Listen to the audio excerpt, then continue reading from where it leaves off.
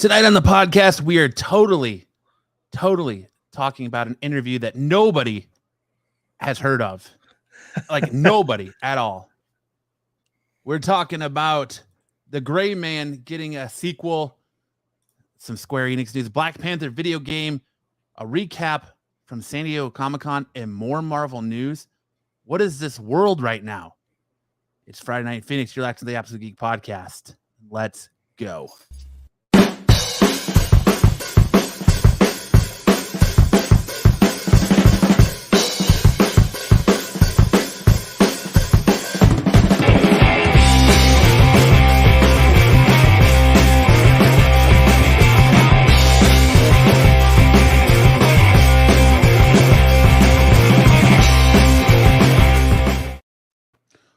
Welcome to the Absolute Geek Podcast, the podcast that is blowing up the internet right now. Not even just the internet, the stratosphere of professional wrestling news.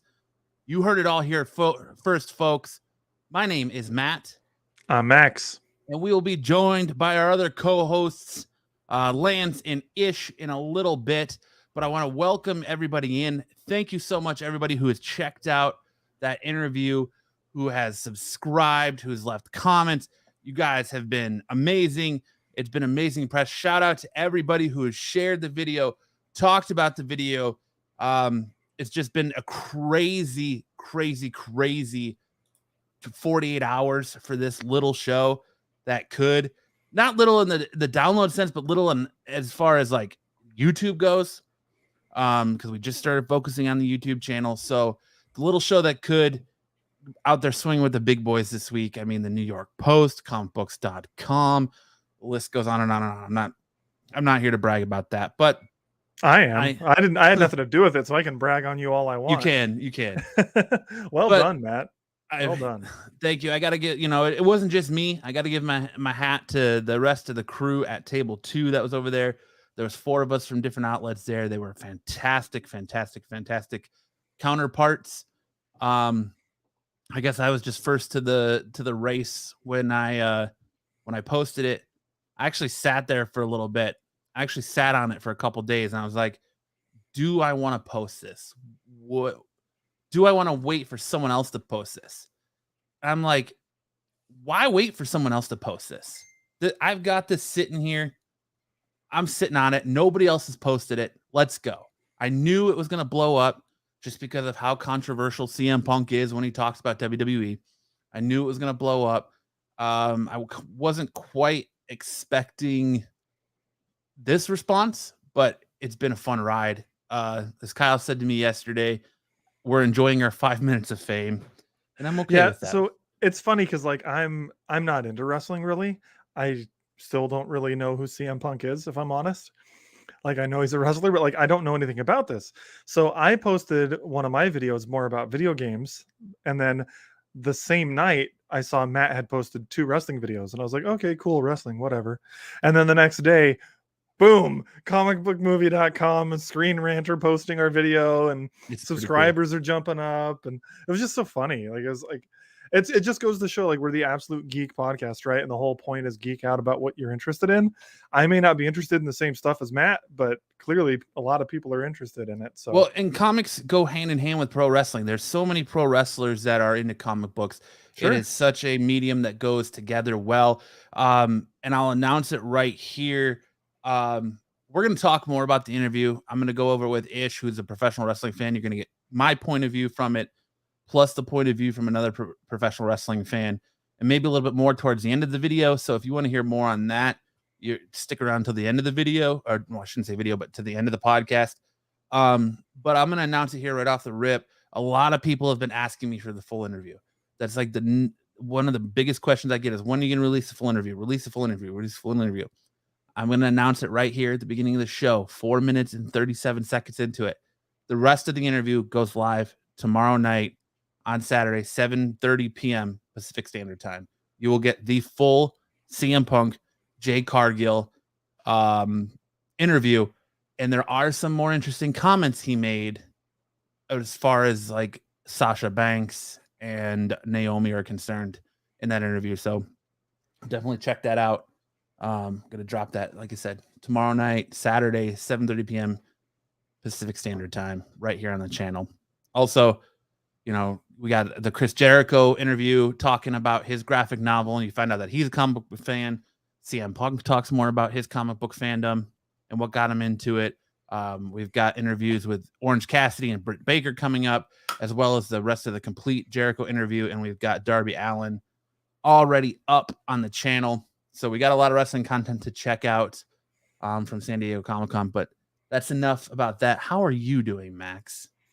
Doing great, man. Yeah, it's been a busy week, but it's been good. My wife just finished up the last thing of her master's degree, so congratulations to her. Pretty much done, and yeah, I mean, my son had his second birthday last Saturday, so it's just been a pretty chill week. I mean, work's busy as usual, but we're doing good. How are you, Matthew? I am recovering from San Diego Comic-Con. 4 days of craziness. I left there. I didn't go Sunday, but I was there for preview night, Thursday, Friday, Saturday. My body was broken. My will was tested. My patience was tested.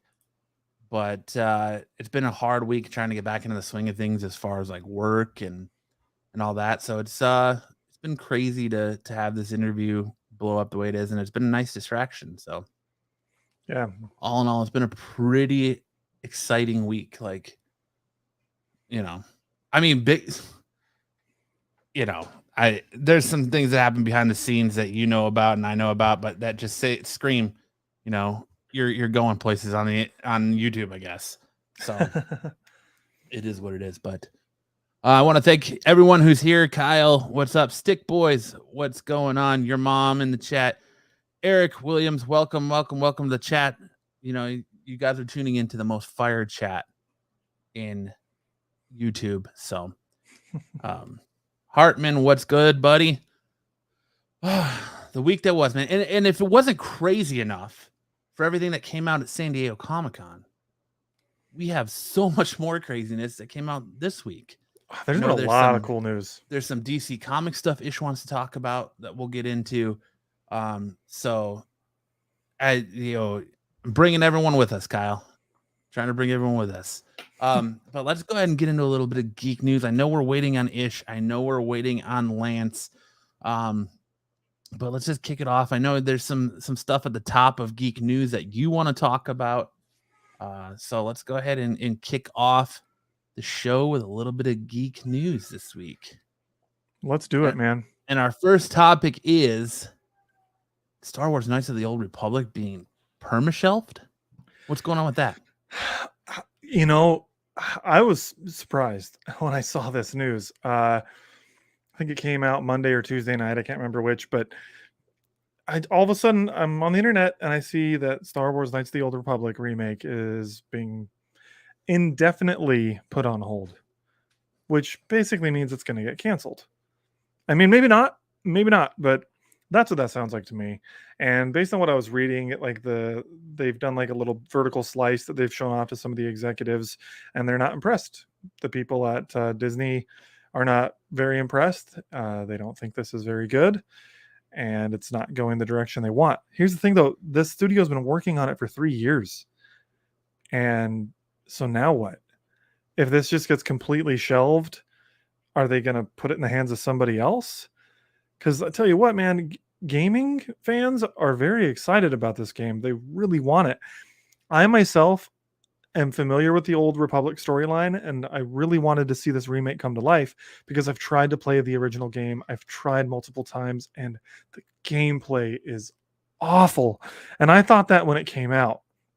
It's not just because it's an old game. I know some people really like it, but I think the gameplay in that original game is terrible. And so it just makes it really hard for me to play the game. So I was stoked about the remake. I'm like, cool, this will give me an opportunity to play it in all its glory and new graphics and new gameplay. And I was stoked about it. So the fact that it's being shelved sucks, to just put it simply. Now, if it's a bad game, ultimately it's a good thing. Like, I don't really want them to release a piece of garbage. Star Wars has had enough bad press that they don't need more. Star Wars gaming has been pretty good. I mean, there hasn't been a ton recently, but Jedi Fallen Order, obviously people love it. People are stoked for the sequel. That Squadrons game didn't get too much love. Like, I don't think it was hated on, but it wasn't like super popular. But Star Wars is in a better place right now, and I have a feeling that if this game was terrible, they're just like, we don't need this to tarnish the name of Star Wars. I don't know. What thoughts do you have? I know you're a gamer as well, Matt. So what do you think? What really do you show that shows you this game is bad? Like, it's such a beloved game. Like, a lot of people, whenever you talk Star Wars, Knights of the Old Republic is like one of the first games that comes up. So keep the story the same. You figure they might change one or two things, but they're going to develop increase the graphics. Of course, this game's got better graphics than what it came out. So you upgrade the graphics, you keep the story. What's really to hate on with this? People have been clamoring for this for a long time. Like I said, it's the number one Star Wars game you hear about. What do you want? Knights of the Republic. What do you want to see in a movie about? Knights of the Old Republic. It's very, like you said, sought after, and like Hartman said, yes, they really want it, clamoring for it. So what is so bad about it? I guess I want to know. Like, I'm gonna guess the gameplay sucks. That's what I'm guessing. But how do you mess that up? Like, it's already there for you. You just have to. Well, they're redoing it because the gameplay is really old. Like I said, that's the reason I haven't played the game. The gameplay was bad. Yeah, but I mean, they've done it with the Resident Evil. They've remade the first one, which is a game that came out in the 90s. They remade the second one and the third one, and it's now they're getting ready to redo the fourth. Like, they've left some stuff out and tweaked things a little bit. But how badly do you have to mess this up for them to be like, no, we're good. We're going to pass on this. So I don't know. I mean, maybe it's a buggy mess. Maybe, I don't know. Like, maybe they're trying to turn it into an RPG and the RPG elements are just really terrible. Game development takes a long time, but if they're 3 years in and maybe they were expecting them to release this in 2 more years or something, and it just looks like an absolute disaster, maybe that's why they're saying, you know what? Let's just stop. Hartman wants to know if there was lore in the game that was going into the movie universe.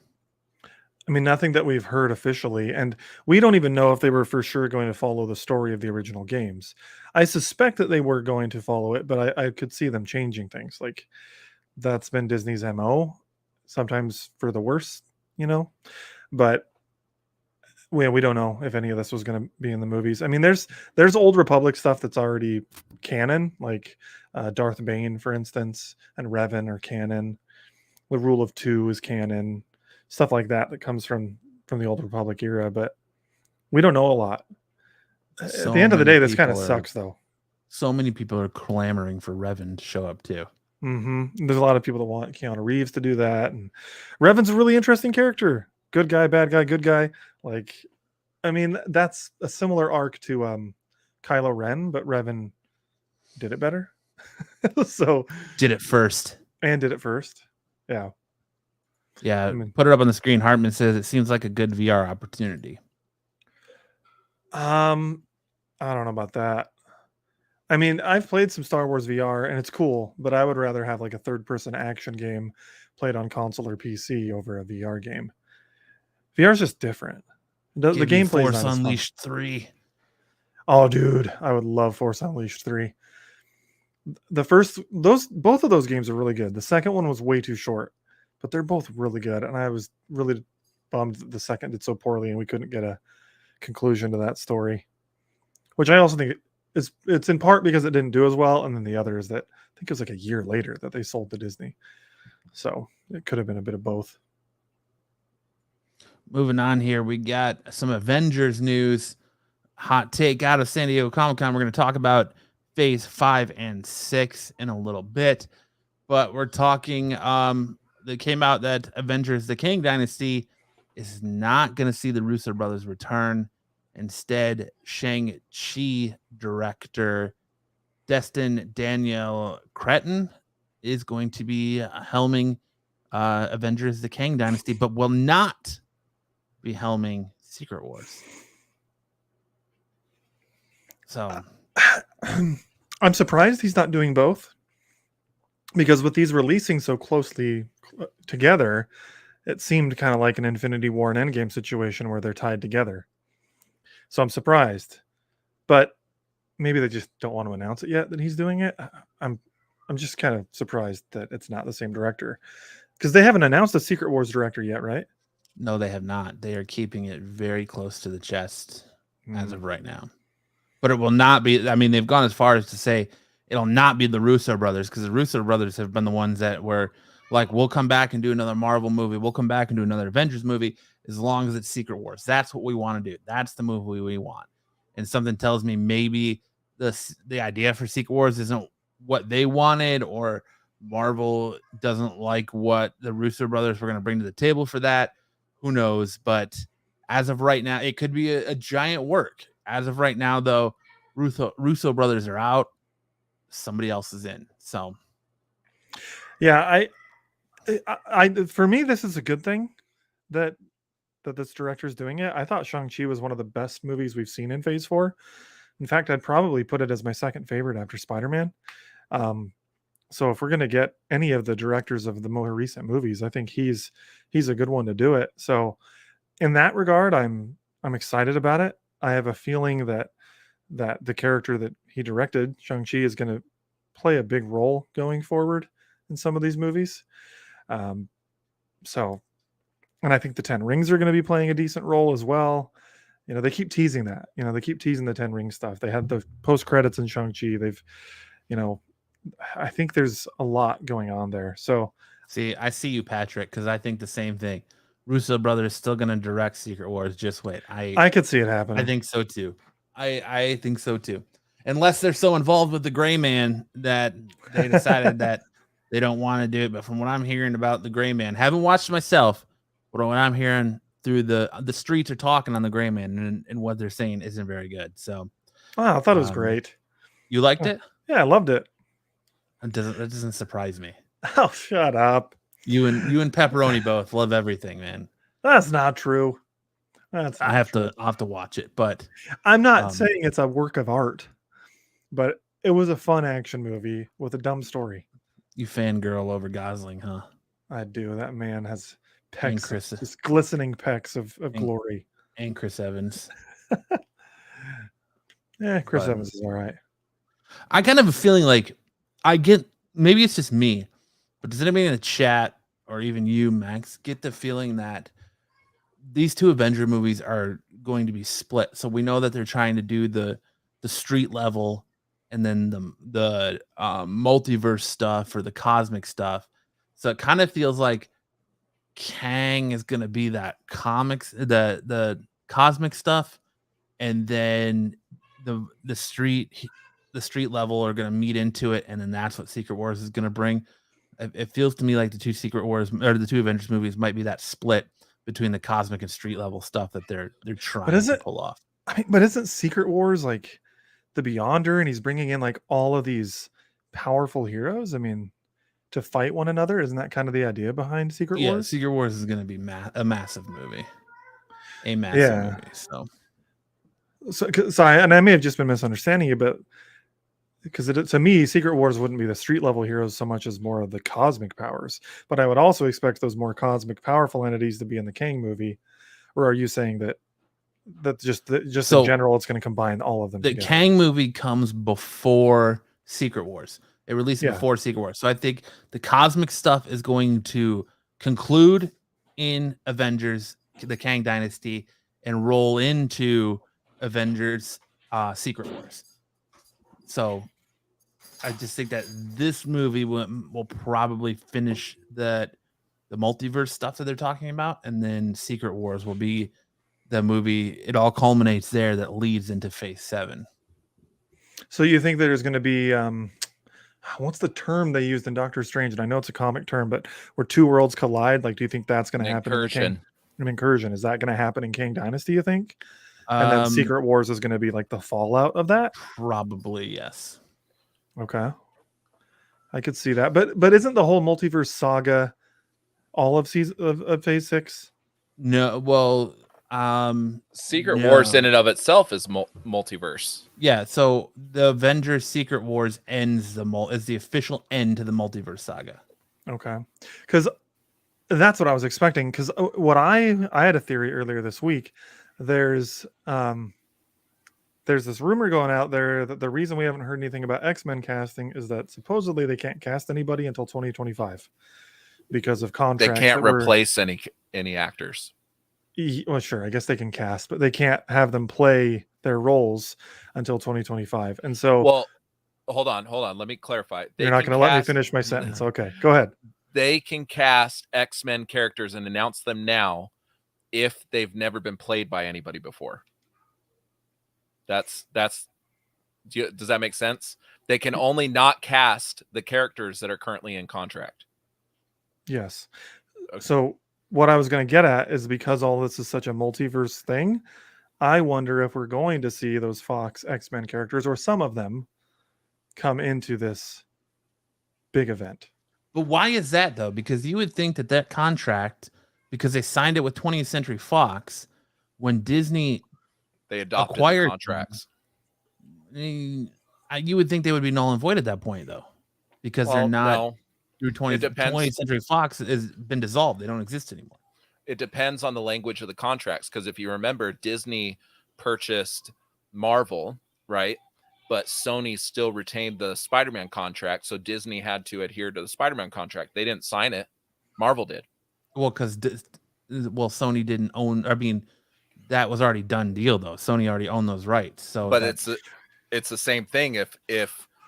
If Fox signed a contract with these actors and Disney bought Fox all of their debts, all of their contracts, all of their liabilities, everything. So that would include these contracts if they have in-standing contracts with these actors. Yeah, I look at it the same way as like what's going on with Microsoft and Activision, and with Bethesda too. They've talked about when they've bought out these companies that they have to honor existing contracts, such as Deathloop had to come to PlayStation first, even though at that point Xbox owned it. Ghostwire Tokyo, same thing. And there's like all these Call of Duty contracts with PlayStation that are in place. So that's kind of how I look at it. It's the same idea, but I don't know. I don't know if there's something in the contract that if they get used by 2025, then it re-ups the contract. I'm assuming no. But I just think that because if that rumor is true, I think that we might see some of these. Maybe we will get Hugh Jackman to show up in Secret Wars, or James Marsden as Cyclops or something somehow, or I don't know. I think that'd be pretty cool. I did see a rumor that potentially we could see Tobey Maguire in the black suit again. I don't think Secret so. Wars. No, why? I don't think so. You're going to see Tom Holland in that suit. That's the whole reason Venom is left at the end of Far From Home. They're going to do it right, and you're going to see it happen during Secret Wars. There's already rumor going around. There's already rumor going around that Spider-Man is going to play heavily into Fantastic Four. So that tells me when Secret Wars hits, that's when that black costume is going to come into play. So you're not saying no to Tobey Maguire. You're saying no to Tobey Maguire in the black suit. Correct. Yes. So you're okay. Tobey Maguire in the black suit makes no sense in Secret Wars. Absolutely no sense, because that's where Spider-Man gets in the comics. That's where Spider-Man gets that black suit. So it makes no sense for Tobey to show up in the black suit in Secret Wars. I'm with you there, Matt. I think that it's going to be Tom Holland, and that's how they're going to introduce it, which is pretty exciting. That it's going to be. I mean, we don't know for sure that's going to happen, but if that happens, it's exciting since that's like his original origin. So do you think we're just not going to get an Eddie Brock story in Spider-Man? Like, because there's no Spider-Man announcements as far as any, like, it'd be weird if it just Secret Wars and then he gets a black suit. Like, there's no lead up to it except for a drop of Venom at the end of No Way Home. I think the reason you're not getting it, and I might be wrong because my memory it's been a crazy week, but when they announced Phase 3 and 4, was there a Spider-Man movie on the docket for the announcement of 3 and 4? Yeah, I'm pretty sure there was. Let me double check, because I think that we talked about it on this show. Well, I'm pretty sure that they've already renewed for more Spider-Man movies, and there's a lot of things that are not announced for Phase 6 yet. So maybe there will be another Spider-Man movie. Maybe. Yeah. So I don't. Okay. So I'm looking at the original Phase 4 timeline. Check this out. Let me open this up. I mean, we're going to talk about this later. I didn't want to talk about it right now, but this is kind of going to my point, what I was looking to make here, and then we'll talk about it more later. Share my screen. Here you go. Here is the Phase 4 lineup. You have no Spider-Man on there whatsoever. Black Widow, Falcon Winter Soldier, Eternals, Shang-Chi, WandaVision, Doctor Strange, Loki, What If, Hawkeye, Thor. There's no Spider-Man on there because I think it's because it's Sony owned. And so they're not going to put that on the official timeline because too much hinges on what Sony decides to do. So how did we find out there was going to be a Spider-Man movie? They announced it. They announced that Sony announced that Spider-Man No Way Home was in production. I'm pretty sure that after No Way Home came out, they announced they were going to do more. Or maybe it's just a rumor that we're thinking is real. So I thought they were doing another trilogy is what we had heard. Yeah. So, well, they've said that No Way Home officially ends that home trilogy. Yeah. So, but yeah, we'll get more into that later. Again, like we talked about, The Gray Man is already getting a sequel and a spinoff less than 2 weeks after release. I haven't watched it, but I heard a lot of talk about it on the con floor because it had a big presence at San Diego last weekend. From what I've read and heard, the reviews aren't great, but Max said he loved it, and therefore I'm sure Lance probably loved it. I don't want to say I love everything. I don't want to say I loved it. It had its issues for sure, but it was fun. I can say that much. Yeah, it was fun. It was the action was enjoyable. You know, the story wasn't like great, but it was the story was good. I thought it was the dialogue was bad. Lance had to go off screen so he could feverishly Google to try and prove me wrong that there was some essence of. I'm off screen so I could eat my dinner. Okay. Some feverishly trying to prove me wrong that there was some essence of Spider-Man announced and one of these reveals. I literally have no hands on my keyboard. Okay. They're both on my dick. Just kidding. Oh, great. That's why he's not on the camera. No, it's fun. It's not groundbreaking. The story was a good idea. It's based off a novel, but I just thought the dialogue, some of it was kind of cheesy. Oh, I think it was cheesy intentionally. That's the vibe I got. It was intended to be a cheesy action movie, and they succeeded in that. There's one bit in the movie that I've actually already used post watching it that I really like, which is it's just another Thursday. Was one of the ideas in the movie. Just that something crazy happens, but because this person's so used to it, they're like, yeah, it's just another Thursday. And I don't know. It's just another action movie, but it was fun. I don't know why it's getting this much. Like a sequel, okay, if they want to release another version of this movie in 3-4 years or whatever, but a spinoff on top of that, like, and I don't know if the spinoff is a movie or a TV show or what. Like, it's not that great of a universe, but I would watch another one. It's their most expensive movie they've ever made. They put more money into this than any. Yeah, Netflix paid more. It was $200 million, I think, to get this made. Wow. I mean, Chris Evans and Ryan Gosling are probably a big chunk of that budget. Wasn't somebody else big in it too? I mean, Ana de Armas, and then you have the Russo brothers. It's like a summer fling. Who was Billy Bob Thornton. Oh yeah, that's another one. Yeah, there's quite a few big names in it.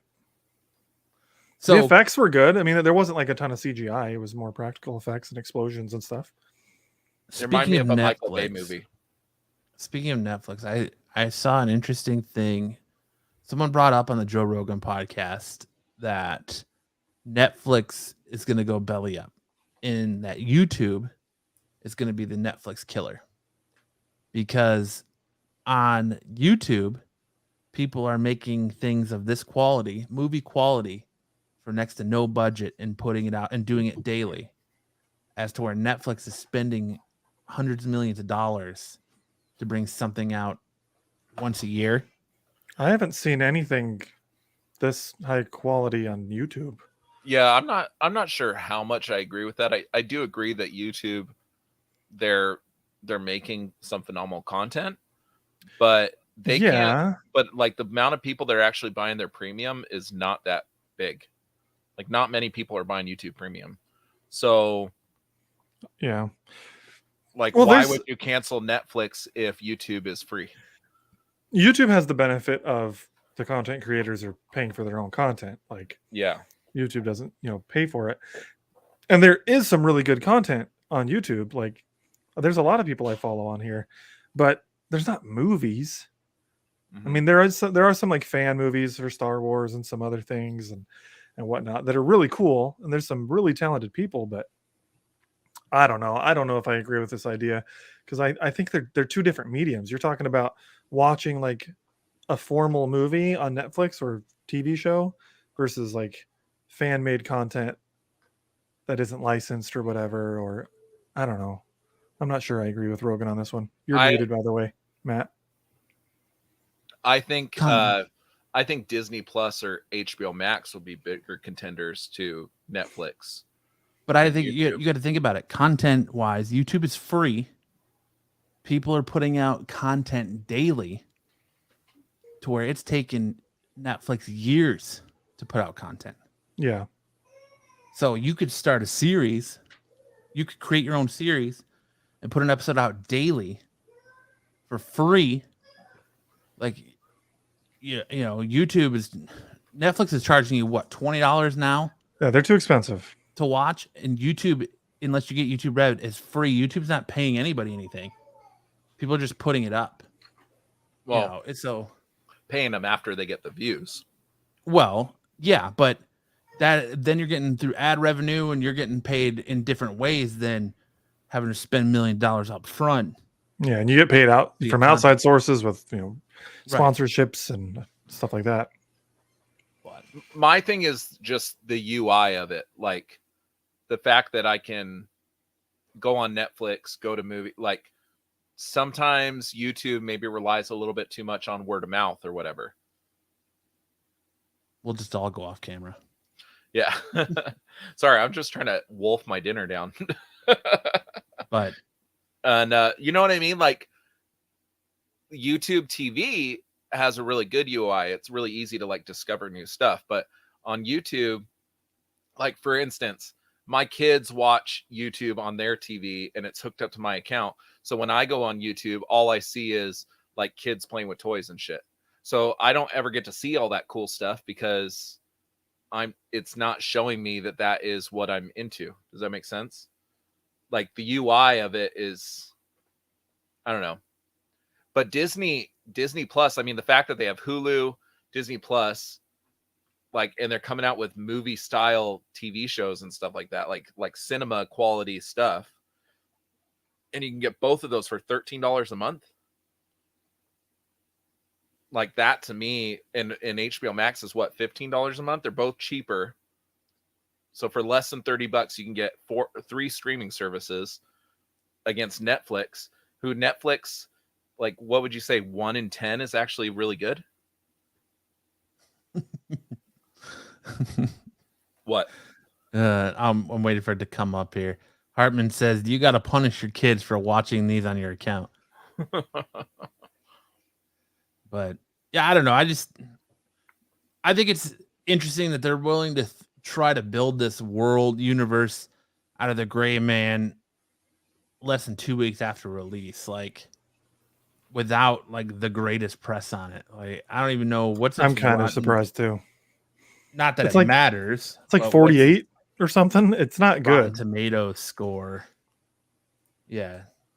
Rotten Tomatoes score. 46. That was pretty close. Yeah. Well, 46. What's the audience score? 91% audience. Yeah. Yeah. See, that's what matters. So that's true. That is what matters. I don't know. So there we go. Now I don't feel so bad. I'm an audience member. Okay. Only 9% of people disagree with me. Well, there you go, Zaggy, or whoever it was in the comment saying it wasn't good. I don't understand how it gets a 91%. Because people got poor taste like you. Well, 91% of people just have a positive view on it. Isn't that all that means? It doesn't mean they're giving it a 9 out of 10. Oh, they're rating it positively. Yeah. Yeah. I don't even know if I would give it a positive. I don't know. I mean, Hartman says because it's not a thinking movie. No, it's not. It's a It's just a popcorn dumb flick. If you dumb, like mindless Fast action and film. Furious, it's a similar idea. It's a little smarter than Fast and Furious, if we're honest. I don't know. I think it takes a lot of intelligence to put a Fiero into space. Honestly, that movie was bad. The latest Yeah. one was bad. Do you remember how pissed I was walking out of that theater, Max? I do remember. I was like, I paid money to see this shit. No, my thing is with the Gray Man, like, I think that they thought that it was smart when they were making it. Like, I think they thought this was going to be like John Wick for them.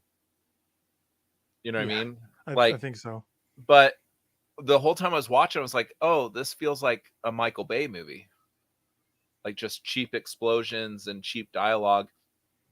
Anna de Armas is awesome, though. I'll watch anything. And it was done by the Russos. Yeah, like you go from, what was her last movie? Was it Candy? Or is it called Candy, the one with Tom Holland? No, Cherry. Was that their last movie? I don't remember what their last one was. And Cherry was a pretty intelligent movie, if I'm not mistaken. Like you go from it was pretty heavy.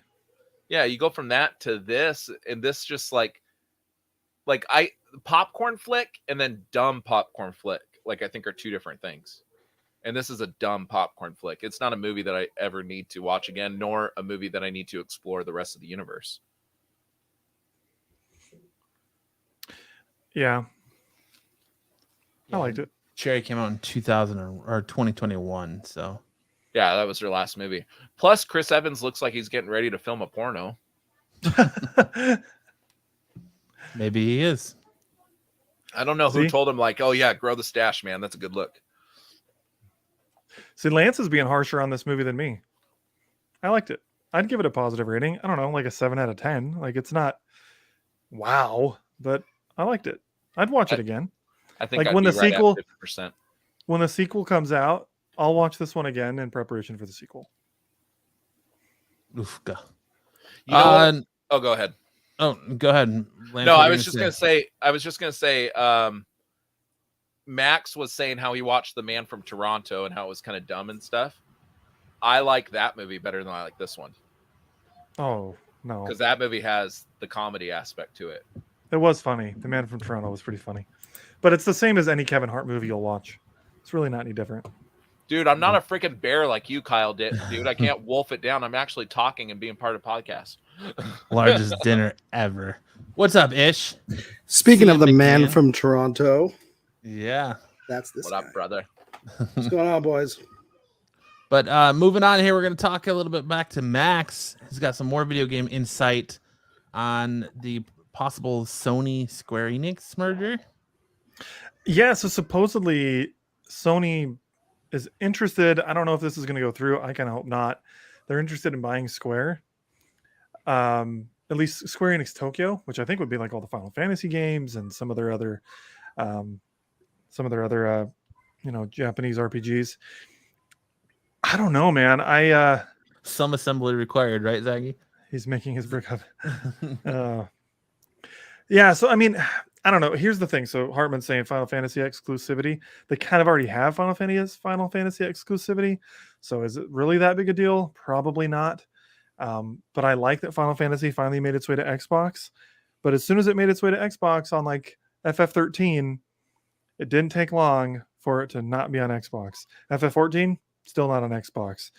FF15 was, 16 isn't, 7 Remake, nope, not on Xbox. And that's not like the end of the world to me. I have a PS5. I love playing on it, and I prefer to play on PC no matter what. But there's just been so much industry consolidation that I'm starting to be like, I don't know that I want more of it. Like, I'll be honest. I'm more open to Microsoft buying studios just because I know the games will then come to Game Pass. Like, that's the selfish side of me. Whereas Sony, they're not doing, day one releases on their service. So that's why I don't even have it. But I more and more I'm just getting worried about only 3 companies owning everything, 3 or 4 companies owning everything.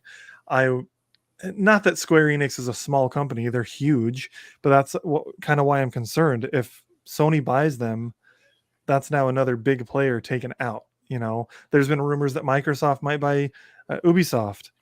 Yeah, that'd be great for my Game Pass subscription. But again, now you've got this big studio that releases a ton of stuff. going under another, big umbrella. Same idea with Disney buying more crap. I don't know that I want them to buy more other than Spider-Man. I just want them to own Spider-Man, and then after that, let's stop buying crap. Is it really that bad though? Because in the long run, yeah, they're still releasing, like, all the studios Xbox has bought up. They're still releasing games for every platform. It's just that now you have AAA publishers working on your exclusives versus indies or up and comers working on your exclusives. It's tough. I like it. I mean, for the most part, Xbox isn't putting the studios they're buying on PlayStation. It's just the Activision, like Call of Duty stuff that's going to remain. But otherwise, I mean, new Bethesda games, they're only going to be on Xbox.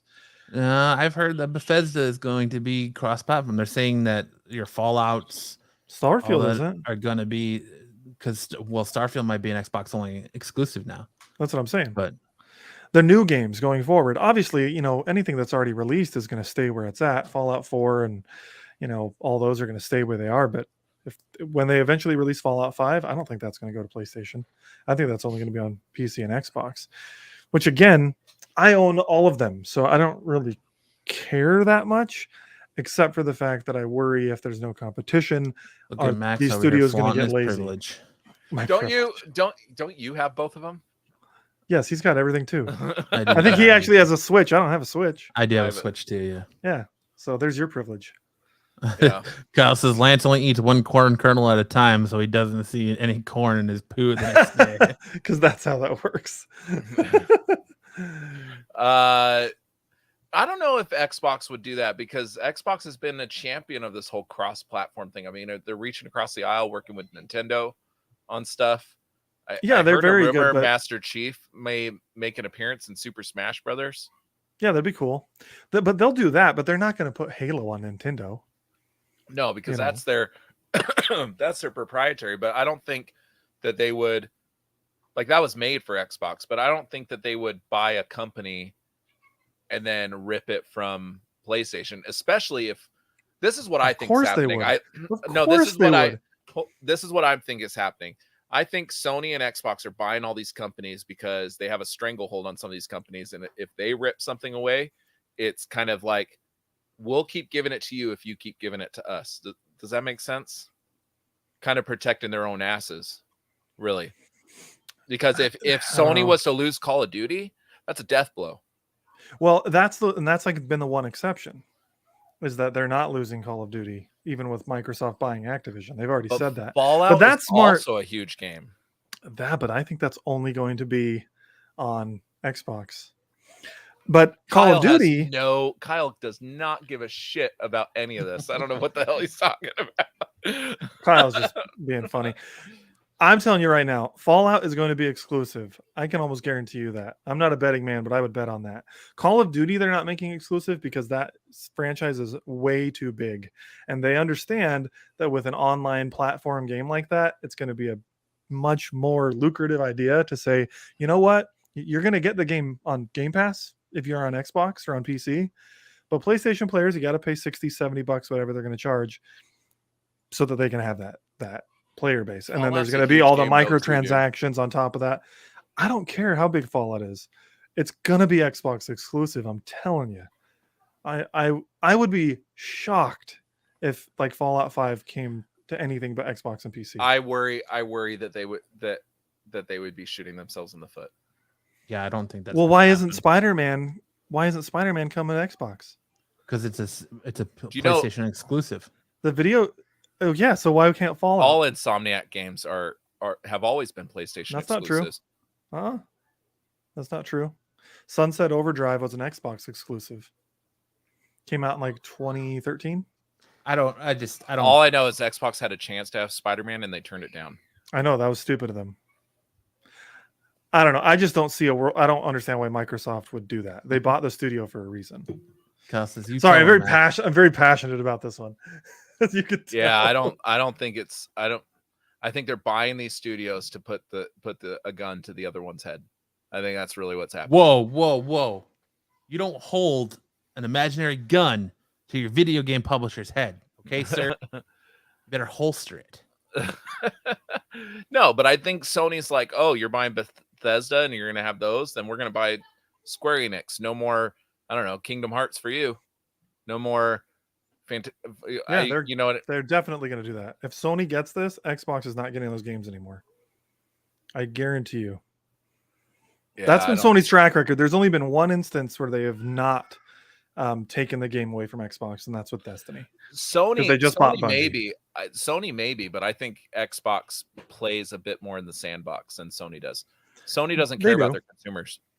Yeah, but Bungie is like Xbox's like ex-girlfriend that they don't want anymore. Like it's like they traded up because really Bungie did Destiny or did Halo, the first couple Halos, and then the good ones, and then did the first 3, Destiny and Split, but like they haven't really gone anywhere after Destiny, and all they're continuing to do is rehash content for Destiny 2, which is the same content over and over again, and so really Bungie isn't like that. It's like, you know, going to the prom date but having to settle for your cousin or something. It's just yeah. So Hartman, yes, Xbox did get Type 0, Final Fantasy Type 0. They did. I mean, Bungie, you're not wrong that they're rehashing the content in Destiny, but the game's still really popular. It is very popular, yes. It's still usually one of the top played games on Steam. You're still spending $60 for maybe like 5-6 hours of new content, then it's back to just loot. I still haven't completed grind. the new freaking expansion that came out in February. I'm kind of burnt out on Destiny. I love the game. It's one of my favorite ever, but I'm with you. I fell off for the same reason. I'm like, it's just the same thing over and over again.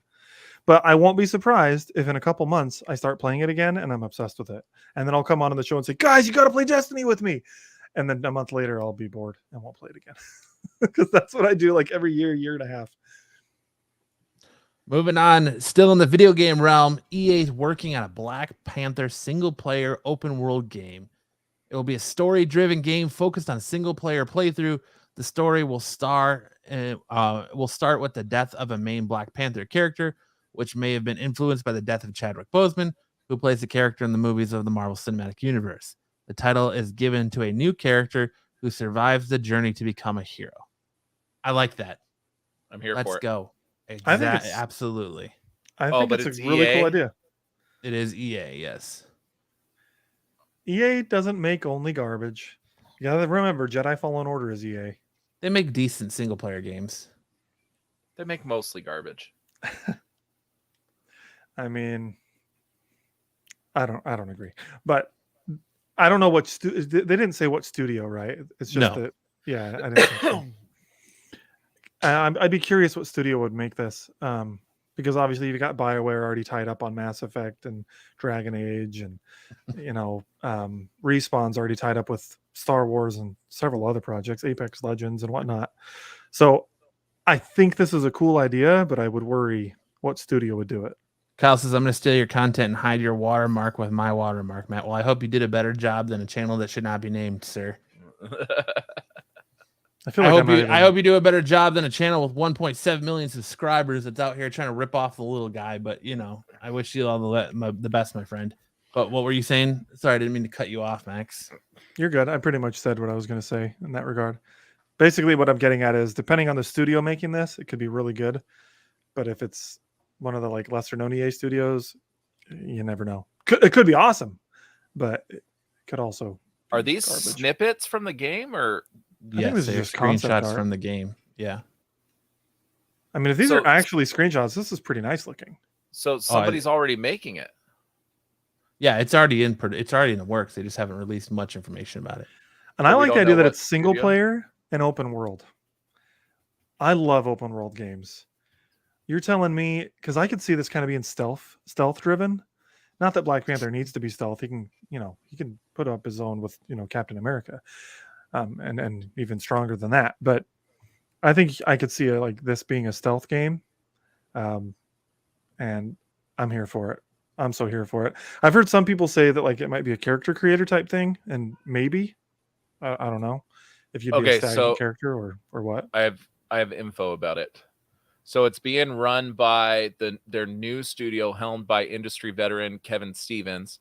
Stevens worked on Middle Earth, Shadow of Mordor, Shadow of War, Gotham City Imposters, Arkham City, Batman the Brave and the Bold, Lego Harry Potter. Dude, that guy's he's got the one fronting it. He's got a background. All right. I've played a lot of those games, and a lot of them are fantastic. Okay. What studio? Did it say what studio? It just says the EA's newest studio being helmed by this dude. Okay. Maybe it's an unnamed studio then. I'm excited about it. Give me a new game. Give me open world action adventures type stuff. I'm in. Probably have some RPG elements. I bet you'll be able to like have skill trees and like customize your powers a little bit. Things like that. Next up, we're going to talk Marvel Studios San Diego Comic-Con Hall H panel, the new stuff that we got, the stuff that I saw. Who the hell cares about this? No, yeah. Launching into it, we got our first look at Phase 5. Go ahead, Max. What were you going to say? Oh, I was just going to joke that Ish is probably over here like, finally, something I can talk about. He's been on the show for like 20 minutes, and he's like, it's all video games. I don't play your dumb video games. I'm still on a PlayStation 3, and then I'm looking at that Black Panther game, and it reminds me of Far Cry 2. So I'm like, I think I'm like 15 years behind all you guys.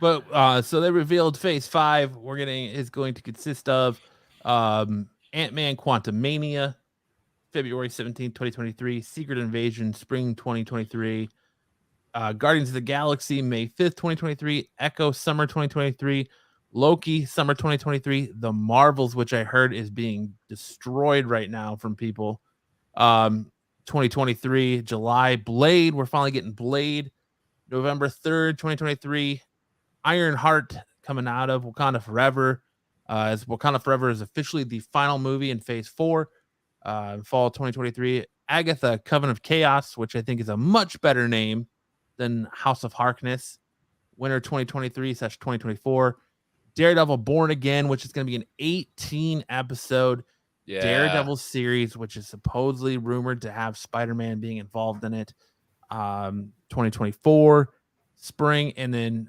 rounding off Phase 5 is Captain America New World Order, NWO. Yeah, where we're gonna see Sam fighting Hollywood Hogan. That's what we're gonna get. New World Order, Hogan and Nash. Unfortunately, Scott Hall is no longer with us, so it's just gonna be Hogan and Nash, and maybe they'll bring out X-Pac too. Who knows? But Captain America: New World Order rounds out Phase 5, May 3rd, 2024. So you said something a minute ago, and then you just brushed past it. The Marvels is getting trashed. The Marvels is being trashed right now. Yes, it had some preview screenings that were supposedly disastrous. Yes, really. Yeah, so they're looking at possible major reshoots. Yep. Which how do we get a part to be?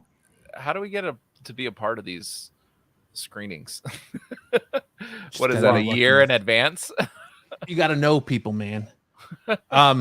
So I'll start in Hall H. We got to see the trailer for Ant-Man and the Wasp Quantumania. That trailer was very interesting. You get to see where Scott Lang is now. He's written a book. He is kind of dealing with the fact that, his fallout from being an Avenger. His kid, Cassie, wants to take up the family legacy, and she wants to also be able to shrink down and, get her powers, what she has in the comic books. So you see a lot of that. You see Scott go into the quantum realm, and as he is in there, a figure walks up to him, and Scott turns around and says, "Who are you? Don't you know that I'm an Avenger?" And we get our first look at Kang the Conqueror, who replies to him and says, "You mean an Avenger, and I haven't killed you yet?" And that's where the trailer ends. So we got to look at MODOK in that. How does he look? He looks really good. I heard that he's kind of a robot now. They replaced the iconic giant stretched out face with just a robot face. And we got to see a quick snippet of Bill Murray in his role. Nobody knows what it's going to be yet, but did this trailer drop, or was it a Hall H exclusive? It's a Hall H exclusive. There are poorly poorly shot and angled clips of it released early online, but I believe it was getting pulled just as quick as it was getting put up. I'm I hate that they assuming do that that shit. I'm assuming that they told you to turn your phones off for those moments, right? Yeah, before the panel even starts, there's a big thing that goes across the screen that says no recording in Hall H. If you're caught recording, they're gonna boot you out, and you're gonna lose your. You'll be banned from Comic-Con forever. So, yeah, you're not supposed to be recording, but people do anyways. Well, because like a lot of people got photos. Like, do they not care about you getting photos or? No, you could. You're not. I mean, you can record like the people on stage and stuff, but they don't want you recording any video footage shown. Sure. On the screen. So, Oh, just like us when you had press, they say you can talk about what you saw, but you cannot show video of it. So, we also got to see a trailer for Secret Invasion, which is very interesting. It's a little different than I thought it was going to be. It's very like James Bondish spy espionage type stuff where you've got Nick Fury coming back from Nick Fury. Come on. Nick Fury for all you Love and Thunder friends, but our fans, not friends. But you got Kobe Smulders talking to Nick Fury, and it opens up with her being like, when I paged you and called you, you didn't come. So you think she's talking to Captain Marvel, right? But then it pans and it's Nick Fury sitting there, all bearded up, and he's talking about the invasion that's coming. And then they show shots of different agents that we've seen before, and all of a sudden, like, they start multiplying and scrolls and all that ooey gooey goodness that we're gonna get from Secret Invasion. I'm excited for Secret Invasion. Matt, you said Love and Thunder fans. Mm-hmm. That's silly. Why? Because nobody's a fan of Love and Thunder? Because that movie sucked. Love and Thunder. That's silly. Then we got Guardians of the Galaxy 3 trailer, which I thought was interesting that James Gunn came out and said the only reason he hasn't released it online yet is because he's not happy with the special effects, and they're getting, Marvel's getting crushed in the special effects game as of late. But that movie looked beautiful. When they showed it, you get your first look at Adam Warlock. It's very much picking up from the events of Endgame, where Gamora is there, but it's the other Gamora, and Peter Quill is struggling with the fact that that's not his Gamora, and he keeps referring to her as such. It's a very somber trailer. The song title they use, or option they use in it, is very somber. You get lots of shots of the team together. It very feels like it's going to be a heavy film, and there's going to be heavy repercussions to this film, as it is the final iteration of this Guardians team as we know it. Matt, you get this feeling. What? I'm just going to interrupt you really briefly and say thank you, sir. For what? For just talking about this. You're getting me hyped up, man. Because I tell you, just seeing these screenshots over this, Comic-Con weekend, I was like, yeah, that's cool. There's a lot of new content, but Phase 4 has been so disappointing to me overall that I just have lost some of my excitement for Marvel. And hearing you talk about all of these things, I'm just like, oh my gosh, I can't wait for that. I can't wait for that. I can't wait for that. So I'm just saying thank you. I'm glad you. And so it's very heavy. You very much get the sense that somebody in the Guardians team isn't making it out of the events of this movie alive. Probably that cat's out of the bag because it's Rude. Rocket, yeah. Rude. You think it's Rocket? Yeah. I think it's gonna be Drax, because Dave Bautista already came back and said he's not doing. This Could is his be both. final film. Could be both. Could be We're both. gonna get Baby Rocket at the end. We are getting we're getting Baby Rocket, I think, because it's going to be a flashback to him being created because of the big villain in this movie. So since the High Evolutionary is the villain of this movie, I think you're going to get Rocket's origin story, because yes, you do see a Baby Rocket in it, and Baby Rocket is going to, I think, annihilate the fandom more than Baby Groot did. So I think Baby Rocket is going to just run that fandom crazy. But yeah, like James Gunn has said several times that Rocket is not safe. So it could be a misdirect. I don't know. I do have a Baby Rocket, Kyle. But yeah, I think Chris Pratt gave an amazing performance from what I saw in the trailer. And it was interesting when they brought the cast out. And I guess it kind of makes sense because Dave Bautista wasn't there, and nor was Bradley Cooper, but the rest of the cast was. But they had not seen the trailer before going on stage, so it was interesting to see like their emotional response to the trailer.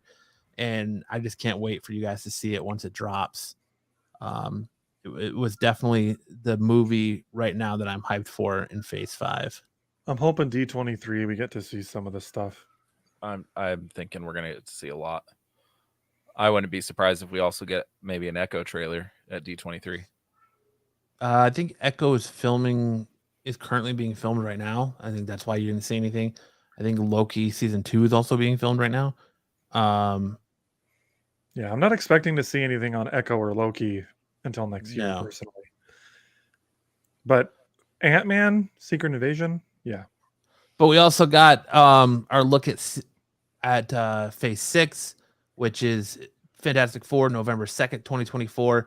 There's a lot of empty dates here in 2024 and 2025 leading up to Avengers, the Kang Dynasty, and being rounded out by Avengers Secret Wars at the end of 2025.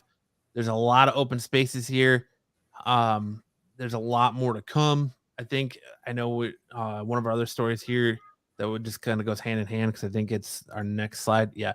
We'll talk about that in a moment. But there's also titles. So I leaked that there was a lot of discussion around the title leaks for Kang Dynasty and Secret Wars and Thunderbolts and all of that coming down the pipeline. But there was also leaks and trademarks for titles of Avengers Eternity Wars, Captain America Red, White, and Black, Celestials End of Time, Midnight Suns, Nomad, Shang-Chi, and then the Black Knight Origins. Black Knight Shang-Chi Wreckage of Time. I can't see because the slide thing is like right over it. Yeah, you got it right. I think Shang-Chi 2 or whatever, if that's what it's going to be called, I bet that comes out before the next Avengers. That seems reasonable to me. And I think Black Knight makes a lot of sense. Hold on, pump it a little bit. He's also the same guy that's directing Shang-Chi is also doing the Avengers. So when would he have time to do both? Well, they could get a different director for the Shang-Chi sequel. I don't know. They're giving this guy the Avengers. Yeah, I don't know. You're probably right then. I wonder if I don't know. I'm just trying to think of if there's any characters that we've seen right now that could get another sequel before the next Avengers, and I was thinking maybe him. But maybe not. I mean, that movie just came out last year? So that would be relatively quick to get another Shang-Chi movie. But wasn't it ready? It was pushed because of COVID. Wasn't it ready a couple years before that? I don't know if it was ready a couple years before that, but I think it was originally going to release in 2020. Yeah, and it came out in 21. So, Ish, let me ask you, as the resident comic store worker here, runner, is there anything in Phase 5 or 6 that intrigues you, that you think is going to be a big deal that people are sleeping on? As far as comic books? Yeah. Maybe Secret Invasion. I think the Agatha Harkness stuff, that's all been snatched up during WandaVision. People ran out and got all that. Ironheart? Ironheart's, that's kind of been trending for several years now. People have been waiting for this. So, grab Ironheart now. That's, before that completely explodes. Echo.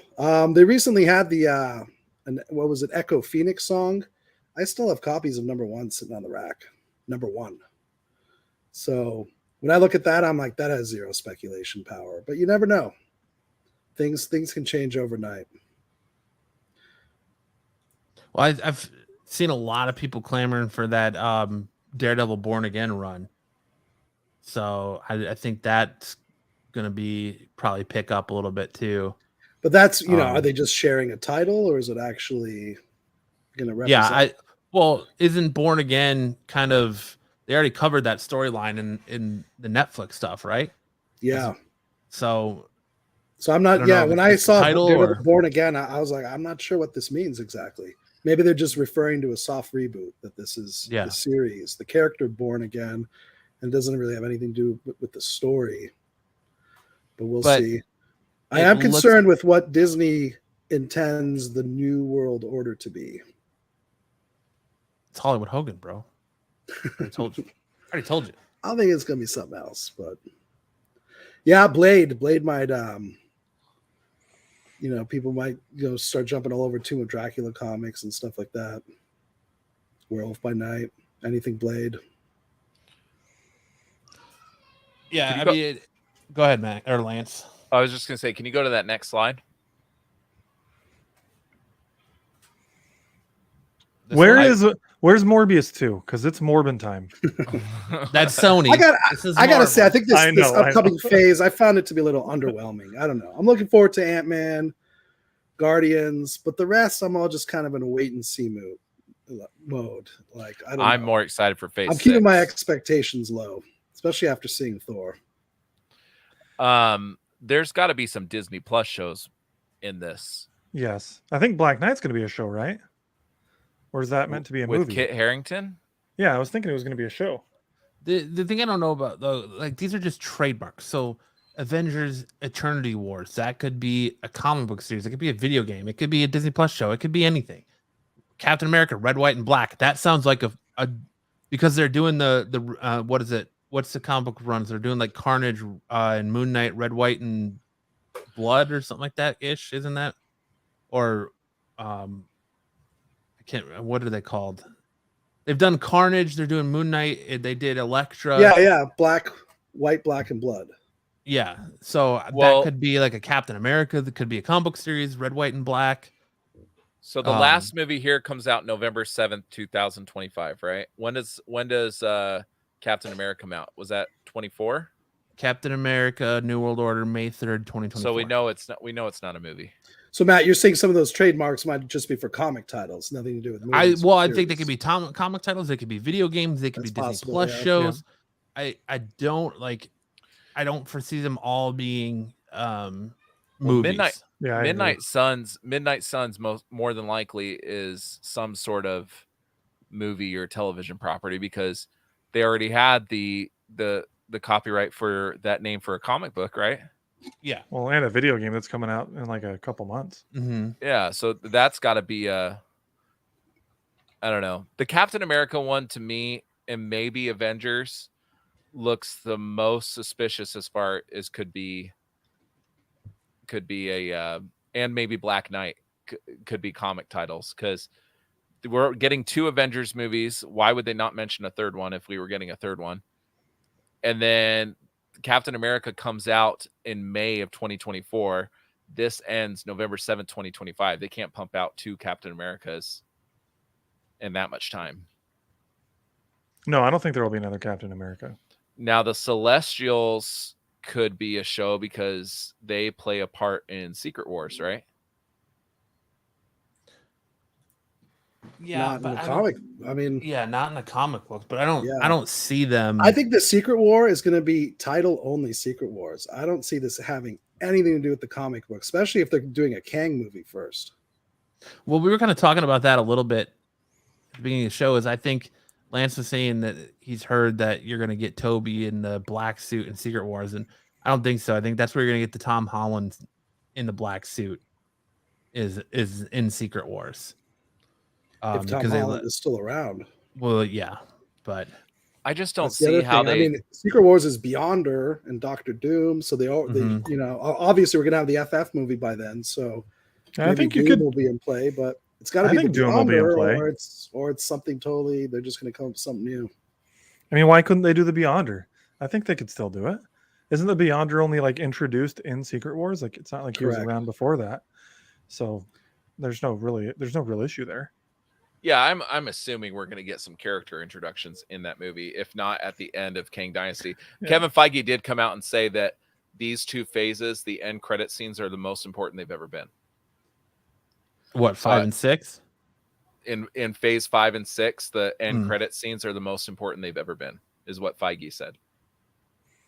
Interesting. Well, I mean, if you look at if Midnight Suns is going to be a movie, you got to look at and think of all the character introduction they have to do, because like some of those members were like Caretaker, Vengeance, Hellstorm, Scarlet Spider, Morbius, Werewolf by Night, Johnny Blaze, Doctor Strange, Topaz Blade, Iron Fist. Like there's Man Thing, Dr. Voodoo. There's like so many of the past members that unless they're gonna build a whole new Midnight Suns team, that they still have to introduce somehow. I wonder if some of these aren't even going to happen before, or maybe Phase 7.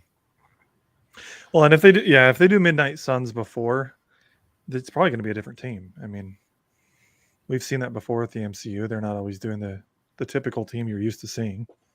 Some of these might even be audiobooks. Like, yeah, it could be who all knows? sorts of things. But I don't know. So what I was reading, going back to the X-Men thing, because the X-Men are supposed to play in Secret Wars. The contracts, like, is supposedly it's like not until 2025 you can't use those characters again.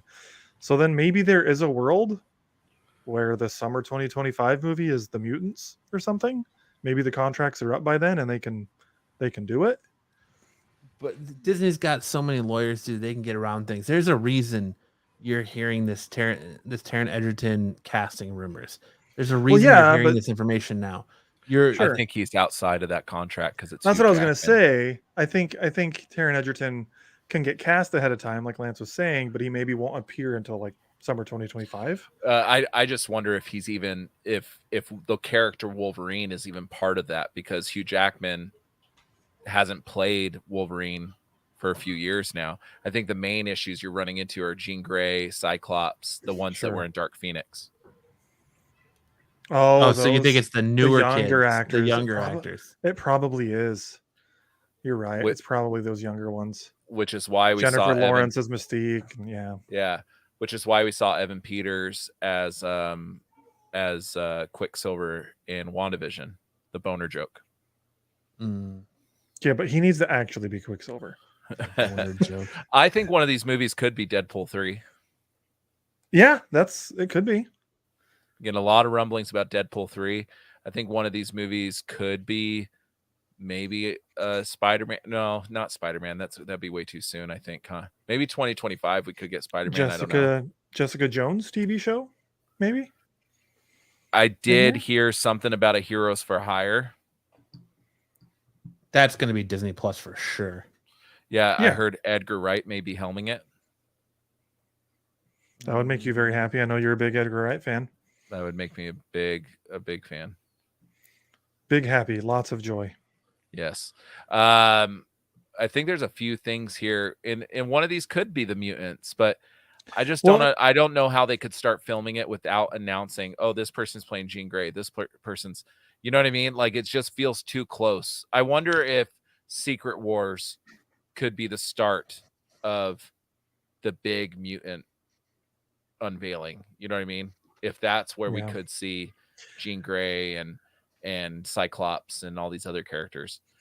I have a feeling we're going to see Wolverine somewhere before then. I mean, it's only a few years away. If we think about how spoiled we are, right? Like, yeah, we used to have to wait 3-4 years between movies. You know, Dark Knight came out in 2005, Batman Begins of 2005, Dark Knight in 2008. Then it was 2012 before we got Dark Knight Rises. Like, that used to be normal that we waited 3-4 years between stories. But now with the MCU, we're like, well, it's been 6 months. Where's my next part of the story? You know? Well, and think about this too. Phase 1, 2, and 3 took 10 years. Yeah. We're getting phase 4, 5, and 6 starting in 2021, 22, ending in 25. Yeah. It's way 4 years for 3 phases. Whereas before it was 10 years for 3 phases. Eric's asking, what comic series do the Celestials have a prominent role in? Is there a particular series that really highlights them best? A lot of Eternal stuff. I know they've done. Actually, the current Jason Aaron's Avengers run started with the whole Celestials arc, including Avengers headquarters is now inside a Celestial. There you go. But I know they've done a lot of Thor stuff. Thor for sure. Quasar, Fantastic Four, X Factor, Ultimates. They've been in a lot of, but it's a lot of Eternal stuff too. So, well, and speaking of which, that's something else that we still need paid off. Like, Eternals came out. I know people didn't like it, but they teased more things. there's got to be something else with the Eternals side of this equation before Secret Wars and King Dynasty. Wouldn't you guys think? Like, there's got to be a movie that ties in, or is the Marvels going to present some of that? Because that's kind of cosmic. I had no idea. I'm just speculating here. I don't know. I enjoy speculation. Marvel Mad Genius Kevin Feige has said that San Diego Comic-Con was just the beginning when it comes to Marvel Cinematic Universe announcements. So stay tuned for D23. Well, Marco over at Runavision was saying he's a big Disney Star Wars guy too. He was saying he doesn't think anything's going to get announced at D23, but I think that's wrong. I think you are going to get a lot announced at D23. So there's still a lot in the works. I think they were probably saving their big shit for D23, like X-Men. Yeah, for their own in-house thing. Absolutely. So, I think Max was saying how, we have to wait for the movies, etc. Just shout out to back in the day when we used to get a James Bond movie every 2 years for 40 years straight. It was a beautiful thing. You don't like James Bond or anything. Are you just saying that as a shameless plug because you're wearing a James Bond shirt? Exactly. And I'm in a Ian Fleming reading club right now. Nerd alert. Nice. You nerd. That's silly. If you're a Kevin, we're reading Smith novelizations of Thor: Love and Thunder. You gigantic nerd. I don't have a slide for it, but if you're a huge Kevin Smith fan, at his panel at San Diego Comic-Con, they did show the first 5 minutes of Clerks 3, which was perfection in my opinion because I'm a huge Kevin Smith mark. But I know his Hall H panel was put online by him. I don't know if he kept the Clerks footage in there or not. I'm assuming he didn't. But the first 5 minutes of Clerks 3 was very, very good. And I'm super excited for that. So if you haven't bought your tickets yet, watch out for the road show or go September 13th and 19th to see it in a AMC. When's the road show? They're announcing different dates. They've already started announcing dates, so you can go online and check your tickets now. So, yeah, it just depends on when it comes to your city. A bait and switch. Clerks. Can we boot Kyle? He-Man. Can you what? Can we boot Kyle? No. Says worst movies ever. Yeah, what are you talking about? James Bond. Oh, that's rude. I thought he was talking about the Clerks movies. No, he's talking about James Bond. He'd be right about that. The Clerks movies are terrible. But moving on, Ben Affleck retired from playing Batman back in 2019, but now it looks like he'll be back in the bat suit for Aquaman: The Lost Kingdom out next year. Yeah, it doesn't sound too retired. Showing up in The Flash, showing up in Aquaman. What else is he showing up with? Is it just those two? Just keeping going on that. I don't know why they continue to try to build this Justice League universe that's pretty much in the shit house, but they're going to keep trying to. Because it rules with a bunch of Z's, man. It rules. Poor Keaton. Well, we'll go ahead and continue on our show right now as we get rid of this naysayer, the guy who's spreading lies. See what I said, Kyle? They don't want to hear me speak. They don't want to hear the truth. They're you're being censored. Words. You're being censored. Yeah. No, he's not going to be playing a big role. This is reshoots. Like, he's only showing up in reshoots. I bet he's going to be in like 5 minutes of the movie. I bet you it's probably to replace the 10 minutes that of Amber Heard was in the movie. Yeah. Yeah. Oh, so we're gonna get a Momoa Affleck makeout scene? No. Are we gonna see Ben Affleck give birth to a baby? Yes, they're totally CGIing Affleck just over Mira. Yeah, that's gonna be awesome. Like a deep fake. Yeah. I'm here or just for put it. his face. It's gonna be his face on her body with like a. I'm interested to see what they do here because clearly Ben Affleck isn't as ripped as he used to be. So I don't know if they're going to get him a muscle suit or what. That suit was already muscle suit. That wasn't all Affleck. It wasn't all Affleck. There's was a pretty shirtless ripped. in there. He was pretty big, dude.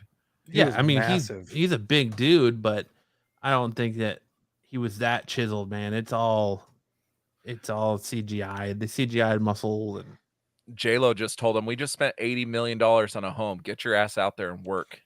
Yeah, and he's like, all right, $1 million for 5-10 minutes of Batman screen time. I'll do it. Yes, honey. She's like, I've been The shaking movie's my still ass for gonna- 20 years. You can put on a Batman suit. Get out there. Hey, she was shaking her tush what, a year or two ago at the Super Bowl? Yep. It's gonna shit the bed. But All right. What's next? moving on, Oh, I'm Tomb pissed about Raider. this. Why? The Tomb Raider I like movies the last suck. one. I like the last one. All the Tomb Raider movies suck. Even Angelina Jolie was hot, but those movies are dog shit. I like the last one. A report from the Wrap reveals that MGM has now lost the film rights to the video game franchise after releasing one live-action Tomb Raider movie in 2018. According to the reporting, MGM did not officially greenlight a sequel to the film within the allotted window, which was up until May of this year. This has reportedly now started a bidding war for the multiple other movie studios to bid on the property. The Tomb Raider sequel has been in development since 2019, but nothing came of it. So That's what I don't get. That's why it's been in development since 2019, but they didn't officially greenlight it. Sounds like somebody's getting fired. Yes, I hope he is working at Fashionable Mail and Aquaman too, Kyle. I think someone's getting fired. Well, that last movie totally bombed. So I like the they last lost, one. They lost a shit ton of money. Yeah, It didn't do there's well. not been a good Tomb Raider. They're only movie. hoping they do like crossover with like Uncharted and pair up with Tom Holland. They're the same I- movie. Yeah, I liked this one okay. It's not the best for sure, but I'm not like super bummed about this. Like whatever. Damn, it's just devouring those chicken wings. She just looks perfect for it. I hope that if a new studio does pick it up, they just cast her because I think she's perfect. I mean, I think someone else could do just as good of a job, but she did do well. She just looks like her. Like, I mean, I honestly think you'd be better served making the Tomb Raider movie rated R. Honestly, really make it like visceral and bloody, and I know they won't do it because they want it to be a general audience, but the game's pretty freaking violent. Go ahead. I just see people. I just see people looking at this movie and be like, "Oh, it's just like these 10 other movies." Do you know what I mean? I think that's the issue when it comes to Tomb Raider. You look at National Treasure, Tomb Raider, Uncharted, like all those movies kind of follow the same beat for beat for the most part. You know what I mean? That maybe it's consumer confusion. I don't know, or maybe it's just consumer fatigue.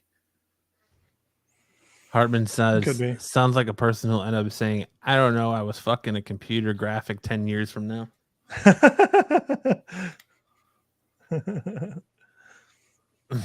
Kyle wants to know if you're eating the bones too, Ish. But yes, it is National Chicken Wing Day, folks. Free wings at Wingstop. Ooh. All right, I take back what I said in the chat. Ish is a bigger Wing fan than me. I didn't even know that. Wow. Really? Can't be too big because Wingstop sucks. Wingstop's not that bad. There are better places though. Cogburns. You got to go try Cogburns Ish. Where's that? If you say Buffalo Wild Wings, I'm going to kick you out of this I have room right no now. Buffalo Wild Wings sucks too. No, I don't know where Cogburns would be by you, but you should check. Cogburns is. You legit. order Wingstop on the website. You can ask for them extra crispy. That was my issue. When I go, I feel like I'm eating Hartman soggy. says, I hear this 4 minutes till midnight. Yeah, they close at midnight. Order delivery now. They would be so pissed. Man, I do love chicken wings. Moving on, let's get into it. The interview that's going viral, that's sweeping the internets. CM Punk's comments on the retirement of Vince McMahon, the culture of WWE, and how the treatment of its superstars. Ish, I know you've seen the interview. I'm dying to get your thoughts on this. What do you think about CM Punk's comments on Vince McMahon and just that entire interview in general? You know, it kind of felt like sour grapes. And I don't know, that he was kind of lashing out, and he's still pissed off. And I don't know, did he really compare Sasha Banks and Naomi to Brock Lesnar? Like, that's kind of just Well, in the fashion of when how they walked out. Yeah, they're you doing. still It can't was more compare so. those. Yeah, they're totally different stratus. Well, it's more so in of- the treatment of it, like that they got trashed and called disrespectful on live TV, but Brock walks out, throws a hissy fit that look, Vince is obviously he's clearly being investigated, and there's going to be more that's coming out for this man to step down. I agree with Punk's sentiment that there's no way that just because he says he's retiring that he's not pulling the strings somehow, some way. He still owns 80% of the company, right? Yeah, he still owns 80% of the company, but his daughter-in-law now took over as is for him. Triple H, her son-in-law is the head of talent relations now, and so he's still going to very much so be pulling the strings behind the scenes. Just because the face has changed doesn't mean that the puppet master still isn't back there pulling the strings. I agree with that.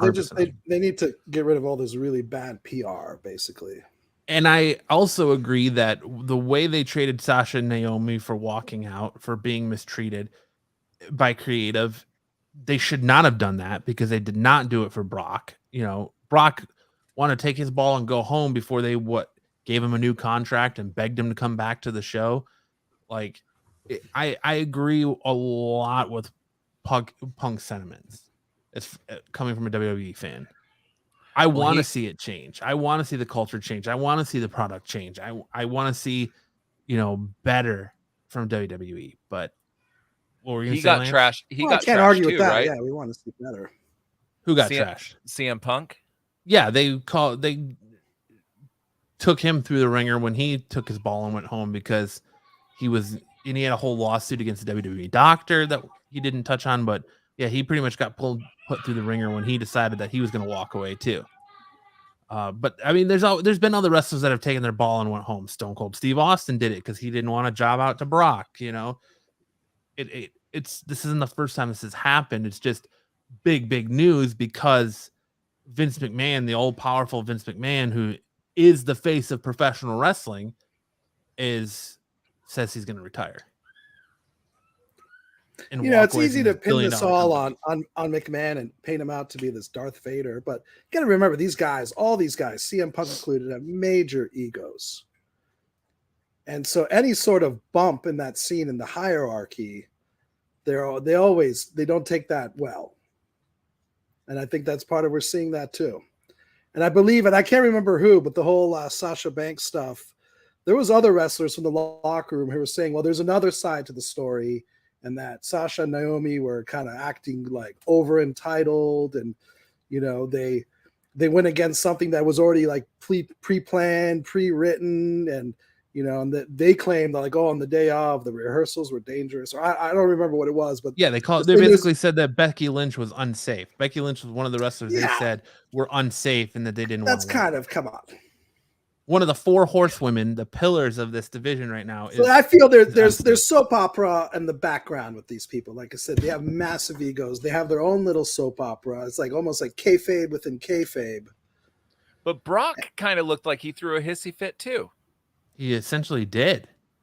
Yeah, so I don't understand the difference, Ish. Well, Brock came back and finished the show. Brock came back because they gave him more money. Yeah, allegedly, but allegedly, Vince McMahon paid hundreds of millions of dollars to pay off sexual victims.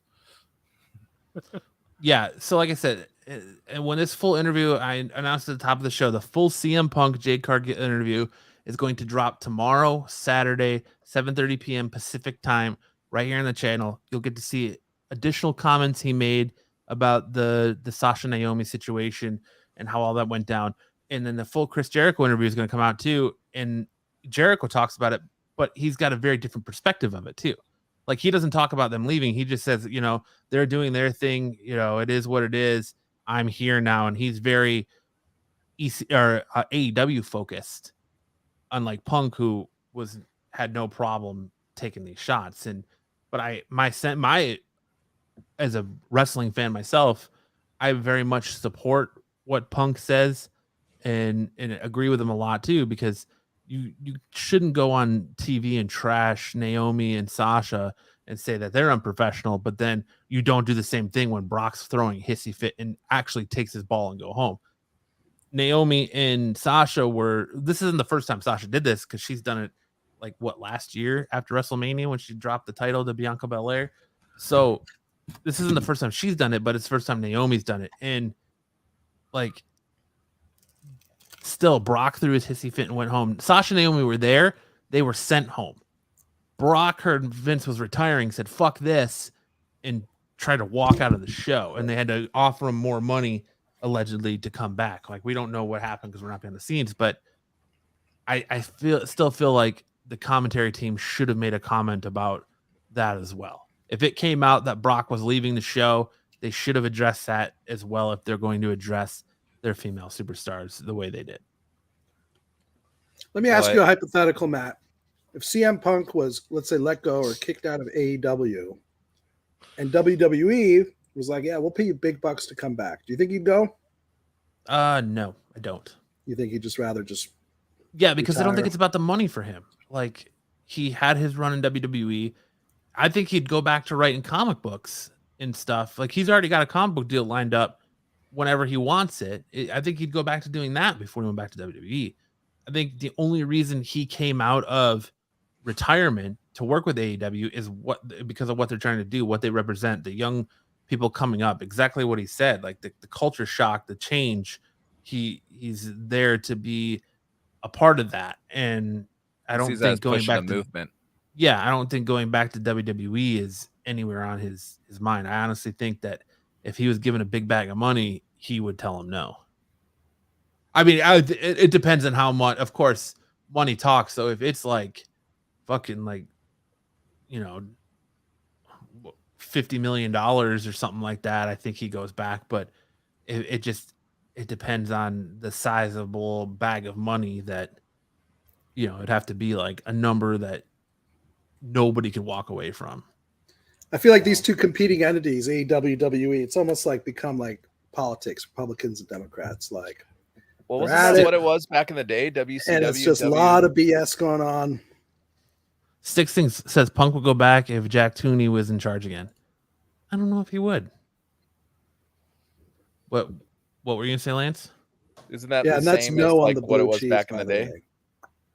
Yeah, blue cheese tastes like feet. You're a good person. Ish, you're a good Disgusting. person. Isn't that the same as back in the day when it was like WCW and WWF? What? Like the politics stuff? Like two big rivals. Yeah, isn't this kind of what's happening again?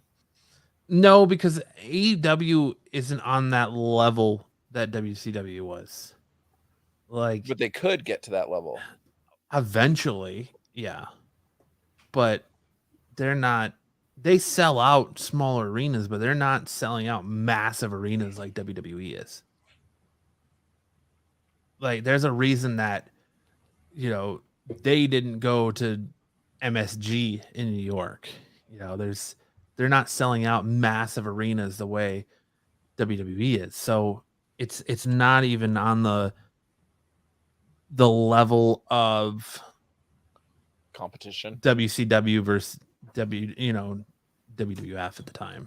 It's not even there, nor that it doesn't need to be. Like, as a wrestling fan, I enjoy both products equally. I'm not one of those elitists who's like, oh, fuck AEW, I'm all WWE. I enjoy both products. But that's tough equally. Because WWE is already 7 hours of television a week. So if you start watching AEW also, that's another like 3 to 4. That's a lot of wrestling every week. I can't even get through an hour. So I find myself, unfortunately, kind of having to choose. So we watch mostly WWE because I don't have the time to also watch 3 hours of AEW. But AEW is more so pure, to me anyway, in my opinion. It's less of the backstage scripted bullshit and more professional wrestling.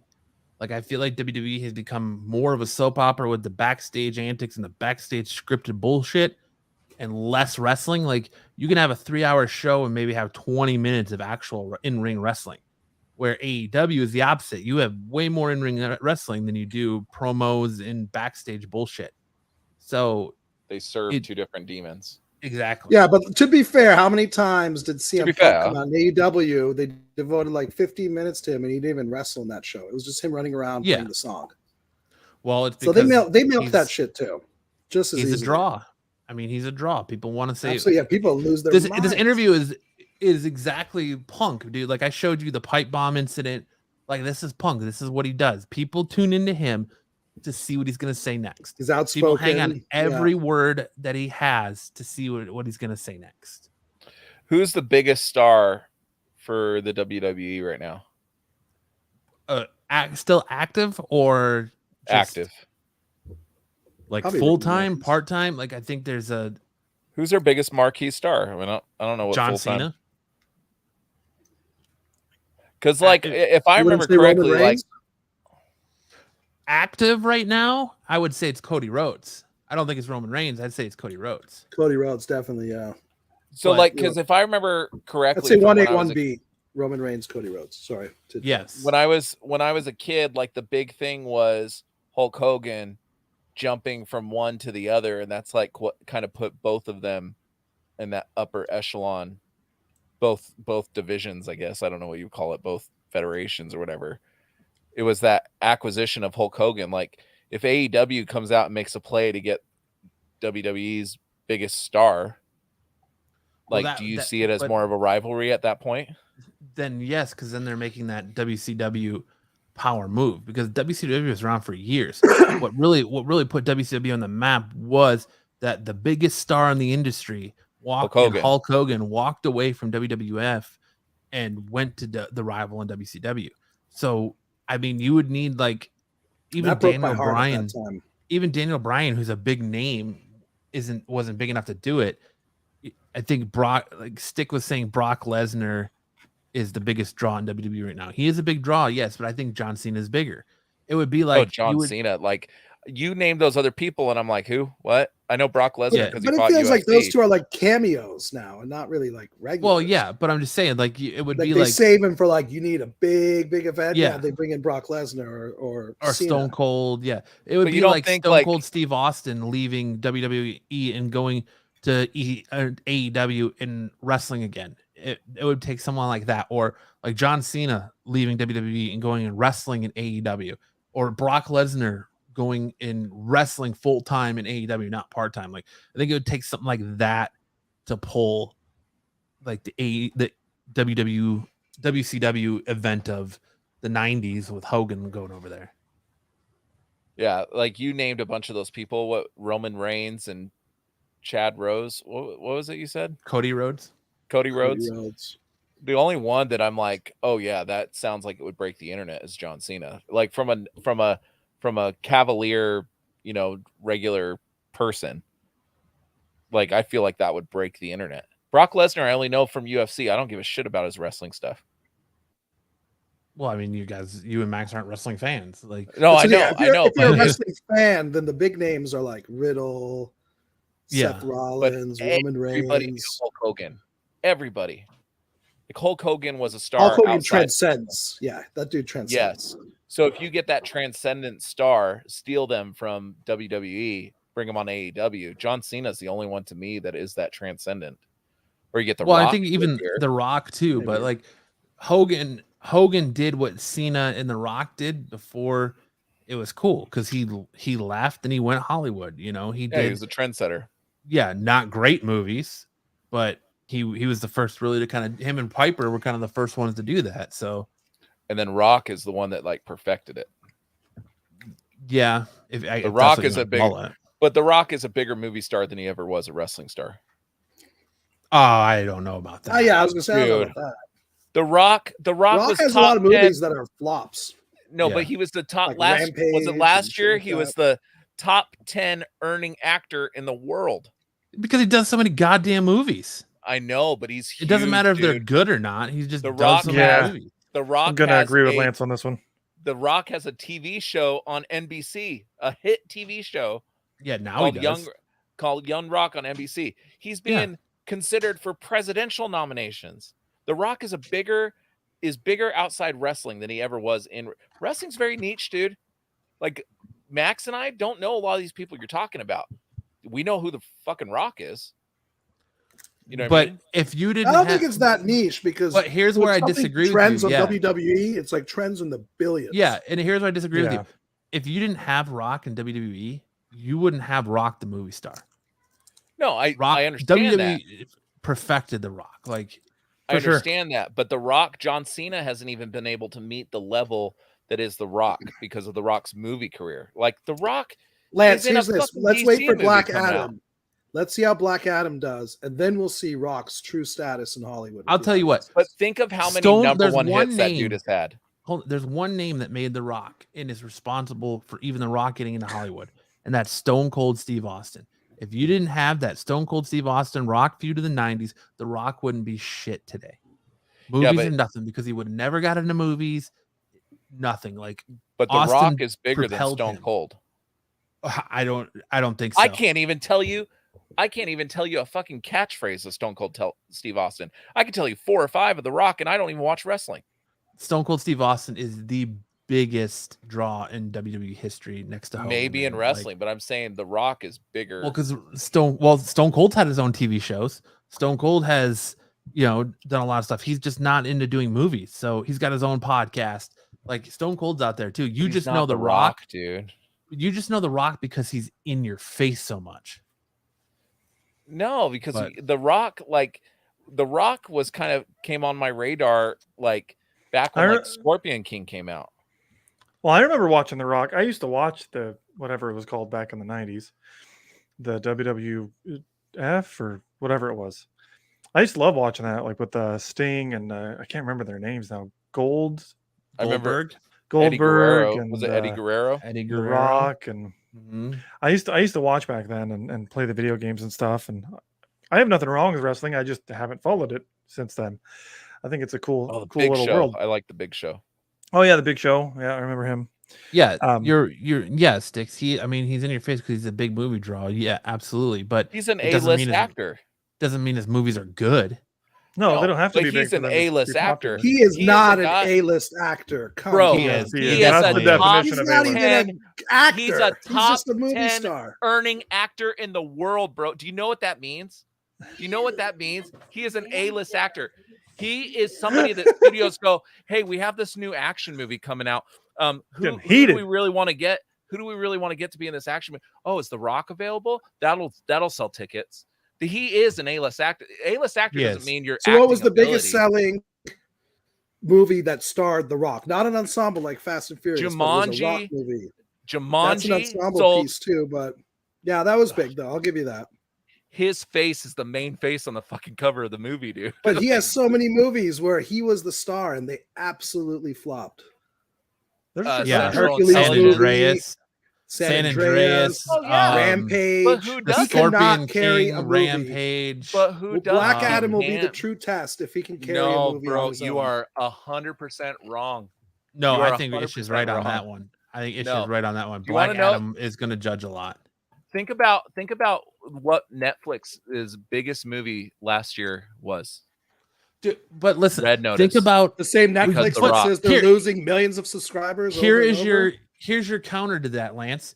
Look at his supporting cast: Ryan Reynolds, Gal Gadot, Kevin Hart, Jack Black, Pierce Brosnan, Jungle Cruise, Jumanji, Central Intelligence. Central Intelligence, Kevin Hart, Jumanji, Kevin Hart. But that Jack was before Black. Kevin Hart was a huge name, bro. Kevin Hart. No, that was it like was not. That was like Kevin Hart's second movie, bro. Nah, I don't think so. He was a stand-up comedian before that movie. Yes, dude. Kevin Hart's in a lot of movies, dude. And he was in a lot of movies before Jumanji. Why are you guys overlooking Super Pets? Like that's The Rock's most known movie. Okay. Baywatch, Zac Efron. Like his supporting cast helps him a lot. Like sure, but that Ish is can be said for a lot of right. movies. Like when he's gonna carry a movie, he does all right. Like Gridiron Gang, he does really good in Gridiron Gang. But Scorpion King, he's dog shit in that movie. Hobbs and Shaw, like that. Hobbs and Shaw, it's the Fast and Furious franchise where he's carried by Vin Diesel and Paul Walker before he died. That movie, he's carried by Jason Statham, one of the biggest names in action movies right now. Yeah, it's bro. I think you're. I don't know. I feel like you guys wrong. just want to hate on Dwayne Johnson. No, I love The Rock. I don't think he's a really good actor by any means, but to not call him an A-list actor or somebody that movie studios are like, let's put The Rock in it because it'll sell tickets. No, there is no doubt in my mind that he's an A-list actor. There's no doubt in my mind that he sells tickets, that he's a draw. It's just he's not. Wasn't he people's sexiest man in the world just 3 years ago? Was he? So was Ryan Reynolds. So Ryan was Reynolds, Hugh that Jackman. makes more sense. Ryan Reynolds is a good looking dude. Was Ryan Reynolds people's sexiest man? I don't think so. Ryan Reynolds was the sexiest man. I'm pretty sure he was. I'm pretty sure he was. I know Hugh Jackman was. I've actually not heard a lot of people even talk about The Rock being that attractive, but anyway. I love The Rock though. Like, I love The Rock when he was a wrestler. I love him now in movies. Bro, when was Ryan Reynolds? Because the last 15 I'm looking at were not Ryan Reynolds. Paul Rudd, Michael B. Jordan, John Legend, Idris Elba, Blake Shelton, Dwayne The Rock Johnson, David Beckham, Chris Hemsworth. When was Ryan Reynolds? I think you're expecting us straight men to pay attention to the most sexy man way too much. I'm just saying. I don't think any of us care. Ryan Reynolds won the title of People's Magazine's Sexiest Man Alive in 2010. Yes, 2010. That's a long time ago. Look at the. What's the argument? Yeah, what's your argument here? What I'm trying to say is The Rock is one of the biggest names in Hollywood right now, and Stick Boy was the world's sexiest man in 1973. So I agree with you, though, Lance. 30, 40 years from now, nobody's going to be talking about Rock.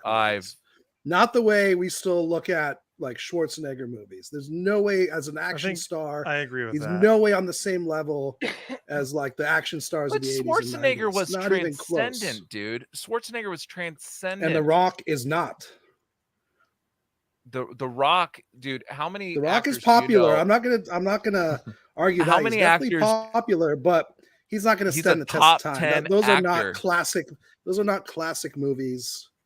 They're going to be forgotten. Yeah, but no, I agree with you. It's fast food cinema. The Fast and Furious ones might live on. Like that's a big franchise, but those aren't Rock movies. Correct. So yeah, I agree with you. The Rock's Jean-Claude Van Damme was a bigger action star than The Rock.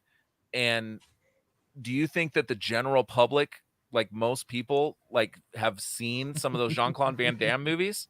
I don't think they have Schwarzenegger. Like Schwarzenegger is you can't compare the two, dude. Dude, Hartman's amazing, bro.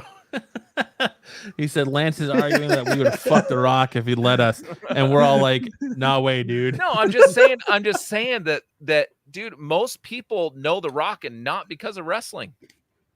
Like wrestling made him who he was. Yes, John Cena stood on Jimmy Fallon just a year ago saying that he owes everything to The Rock because The Rock showed him it was possible. Did he say Hulk Hogan? Did he say Stone Cold? Did he say Big? No, he didn't say any of those names. He said The Rock. Hulk Hogan and I'm here to tell you, Hulk Hogan and I'm gonna Roddy pull Piper a Lance. opened the What's door. Next?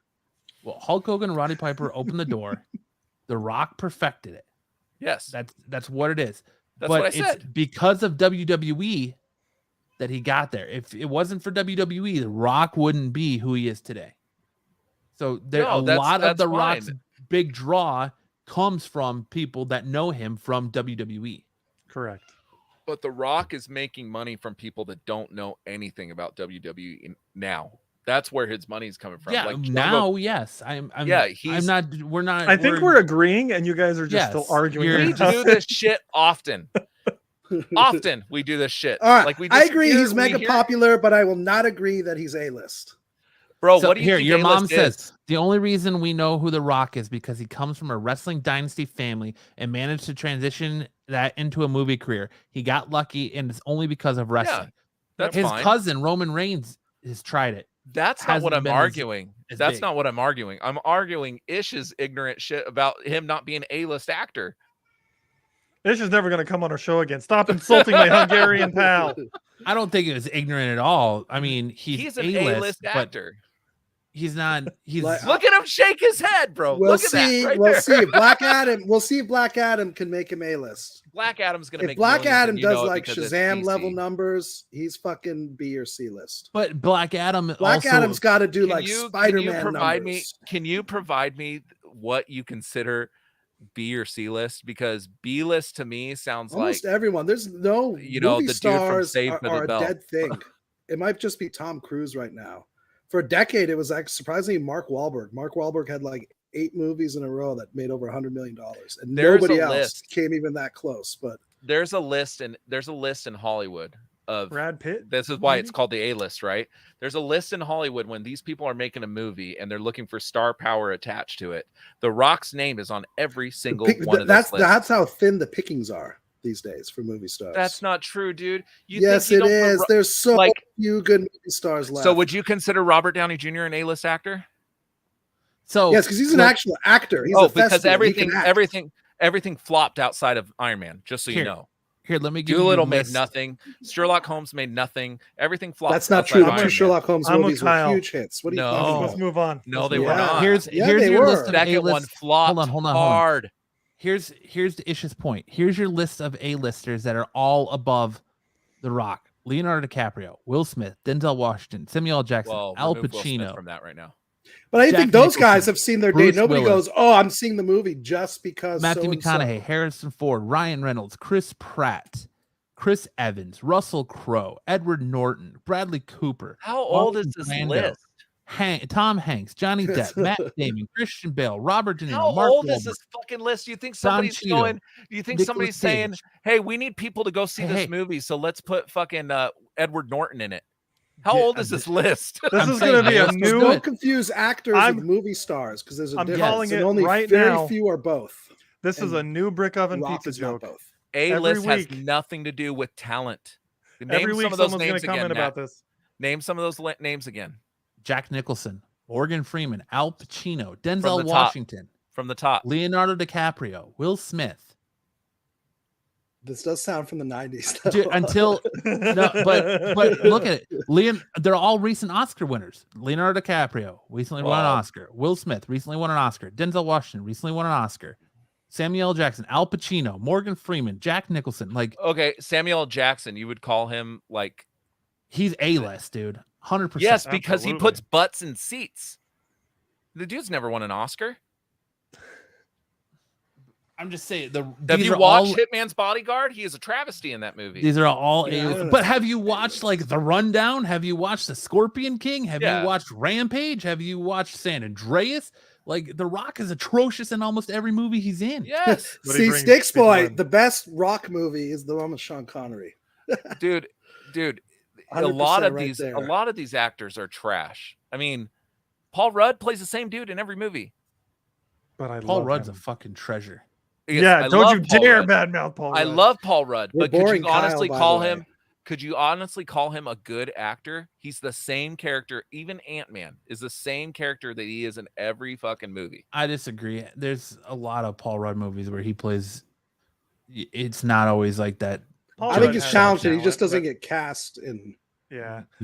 Different roles. I agree. He's kind of typecast. Paul Rudd gets typecast. Yeah, exactly. I'm questioning Ish's definition of A-list. Here's I guess we have something that doesn't matter. I want to make a divide between movie stars and actors, though. Well, I want to just one thing before we do that. That's all A-list. There's a reason why movie stars. Everyone refers to him as The Rock and not Dwayne The Rock Johnson, and it's still in his name now, Dwayne The Rock Johnson. It's not just Dwayne Johnson. It's because of WWE. End of discussion. Boom. Mic drop. Mark Wahlberg is number 10 on this list that I just saw. You could call Mark Wahlberg a good actor. Dude, Boogie Nights? He can be a good actor. That's the only one. That's the only one. He's good in a lot of stuff. Oh, Pain and Gain's another. I love Pain and Gain, but it's another. Now I'm starting to question this list because Kevin Spacey's on it. Wasn't Mark Wahlberg in Warrior? Yes. He was good in that. Mark Wahlberg has actually done some decent acting. He's done some I'll give you a funny Mark Wahlberg or a funny this Paul Rudd joke from what Sticks. Oh yeah, this is 6 years old. The list I'm looking at. So Sticks just said Paul Rudd is 90 years old and he looks great. So as he's walking out on stage from Hall H for Quantumania, someone in the press pit yells out, "You're the most beautiful vampire I've ever seen." And he said, "Thank you." And then as he's walking away, he was like, and he says it again, and Paul Rudd goes, "Thanks. It's just all real world CGI." He's like, "You don't age." He's like, "It's just all real world CGI." So Ish, I'm gonna read you the definition of A-list actor. Okay. Can we stop with this? Oh my An god! A-list actor. I'm about to log off because An Oh my A-list gosh. actor is a major movie star or one of the most bankable actors in the film industry. That's what an A-list actor is. This is like prime Lance right Is here. The Rock Just that isn't bankable? going to give up. Yes. Like I said, we have yet to see how truly bankable he is. He was one of the top 10 earning actors just 2 years ago. Yeah, for what? 2 movies? 1 movie? How many movies have they made in the last year? Barely any. So yeah, one guy He gets had several paid movies. something. Bro, It's gonna make that dude, list. quit trying. Dude, I'm poking holes in your theory all over the place. So You just- let's move on here and let's All talk right, about I'll agree. He's how- an A-list actor, and he's a crappy A-list actor. Yeah, that's fine. He's a great Let's B-list. Let's talk He's a about how great B-movie DC's got to star. use Crisis to sell a drowning comic book frame or a comic book company, just like they had to use The Rock to save Black Adam to save a drowning film company. Go ahead, Ish. You said you had a lot to talk. You want to talk about the Dark the Crisis? DC Crisis stuff, Dark Crisis stuff. Yeah. You know, Oh yeah, what is this? It Because started both of you before got it really even. pissed off about it. Say that again. What is this? Because both of you got really pissed off about this in the chat. Well, I'm not pissed off. I could actually feel the don't care, tension. but so it goes back. You know, they had the death of the Justice League. I don't know if you're aware of that. Yep, Spoiler yeah. alert. So they killed off Batman, Wonder Woman, Superman, Green Lantern. I think Barry Allen Flash was the only one left alive. They're doing a big transition. A lot of people are saying this is remnants of Didio's original plan when they were going to have the 5G. I don't know if you guys recall that. And that they cobbled this back together to create a new Justice League, and to introduce this new Justice League, they came up with the event Dark Crisis. Even though we've had a final crisis, but nothing's ever final, right? So now it's Dark Crisis. People like dark shit. I knew there was problems before it even came out when we started getting emails asking us, begging us to pre-order more copies. I'd never seen anything like that ever before. Of course, we always get emails, hey, order this, order that, but specifically saying, please order more than what you've already ordered. And then they're offering extra discounts and stuff. I'm like, oh my God, like this thing must be already bombing before it came out of the gate. So it comes out, we're 2 issues in. I know there's some people who are enjoying it. There's some people who think it's absolute shit. There's kind of 2 tribes. So, if you like it, I'm not taking anything away from you. But now we get the news that they're changing the title now, I think for issue number 4. And now it's going to be Dark Crisis on Infinite Earths. Why? Because Infinite Earths is one of the most classic Bankable. DC stories. It's iconic. So they're like, oh, well, if we got to put that name, maybe people will be more interested because Infinite Earths. People are, and that was pretty transparent. So people are like, what are you guys doing at DC? This is, you're changing the name because you're panicking because it's so bad. Then they come out. I think Tom Taylor himself came out and was like, no, we were planning to do this the whole time. We wanted it to be a surprise. Really? Well, you just announced it during issue 2. So it can't be a surprise because you've already ruined that. So it's just back to they're panicking. They're changing the title. Something's really rotten in Denmark at DC. Yeah, and it very much felt like that from their presser too, is that it's like all hands on deck panic mode. And a desperate move from a very desperate publisher. I don't think a DC title right now is in the top 50. Because they tried to push the death of the Justice League very hard. I think that fell flat and didn't quite do what they were hoping. And I feel very much like Ish does that. They were like, well, how can we pick up sales? I know, we're going to put Crisis on Infinite Earths, Dark Crisis on Infinite Earths in the title. And that's going to sell because they're living on the iconic Crisis on Infinite Earths storylines. Like they just keep grasping at that straw to sell books. And I like Stick Boy here. He says, I'll quote this email. Hey, insert LCS name here. Have we got a deal for you? So do you guys see as potentially like DC Comics like going away? No. I mean, if they can't have, I mean, they're under new ownership. If they're not making money, would the ownership say this is a losing proposition? I mean, that's very possible. And their Justice League situation right now is just a fucking disaster. And it ended with Brian Michael Bendis writing it too. So it was like, you couldn't pile on more mistakes. You know, they're paying these people so much money to write this stuff, and it was just bombing. But DC has a chance here to turn the corner, and it's with Batman. So Batman just got Chip Zdarsky on issue 125, and Chip Zdarsky is probably one of the biggest names in comic books right now. And then they got Ram V for Detective Comics. So these are kind of, which if these, you know, if they pan out like they should, because these guys are good writers, they could totally revitalize at least the Batman portion of DC Comics, which is integral, because if Batman's failing, then, you know, that's foundational, then the whole castle collapses. The other one is Superman, and I think they're working on that. Action Comics, I think they're trying to make Action Comics where, like, this is your Superman. You know, there's the Superman son of Kal-El, and that's kind of for a certain demographic right now. But the traditional fans go back to Action Comics, and that's where you're going to get your real good Superman stories. So they do have a chance to correct course, but right now the whole Justice League thing is an absolute shit show. Well, and what was Ram V just writing for Marvel? Wasn't he just writing? He was writing the Ben Reilly Spider-Man Beyond stuff, wasn't he? Is that right? You like that, right? I know he's been doing Catwoman, and he did. Or was he doing Swamp Venom? Thing. I know he was just doing a big book recently. Yeah, I think he took Venom over from Cates, right? Someone in the chat should know this. Yeah, he did. He was writing. Yeah. I like Stick's comment. He was Crisis writing. on Warner Boulevard. Yeah, Crisis on the Warner lot. I like it. It's too bad because DC was on a roll for a while. I thought they're like, well, New 52 was generating a lot of sales, right? Until then Rebirth, I thought Rebirth was really. Yeah, Rebirth was a very strong start. Rebirth was it? Okay. Yeah, I read some of the Batman stuff in Rebirth, and I was like, oh, I like this. But they do so. They often switch though, like Marvel and DC, right? Like who's riding high at the time? Because I remember when Rebirth was coming out, Marvel wasn't having a lot of really good books, right? That's what I remember from Jay's Marvel and Cameron. They were both. Marvel was struggling for a while too. Yeah, like Joshua Williamson's another massive DC writer too. I mean, he's writing the Robin book, and that's with Damian Wayne. That's been one of the best DC books. That and Nightwing, which are both his books, I believe. But it's not selling for whatever reason. Robin and Nightwing they sell well. Batman. I mean, it's one of those things where, like, at our shop, those are like decent sellers. They're not bombing. You know, we have tons of Nightwing and Robin fans. But you were saying none of them are in the top overall, 50. You look at the overall numbers. Yeah, when you look at the overall numbers, it's super ugly.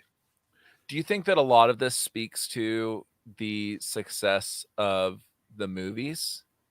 That because the movies are successful, people Williams are going isn't out writing and that. those Who's writing Nightwing right now, Kyle? I thought Williamson was. It's Tom Taylor, is it not? Oh, is it Tom Taylor? Yeah. But Ish, what do you think about that? Because like the Marvel movies do pretty well, even the bad ones. I mean, they sell. Sure, right? Absolutely. And you get these kids coming in, and they're more than likely probably going to pick up the books. Do you think that Discovery could really start by turning the corner on their movies, and then that would pick up the comic sales?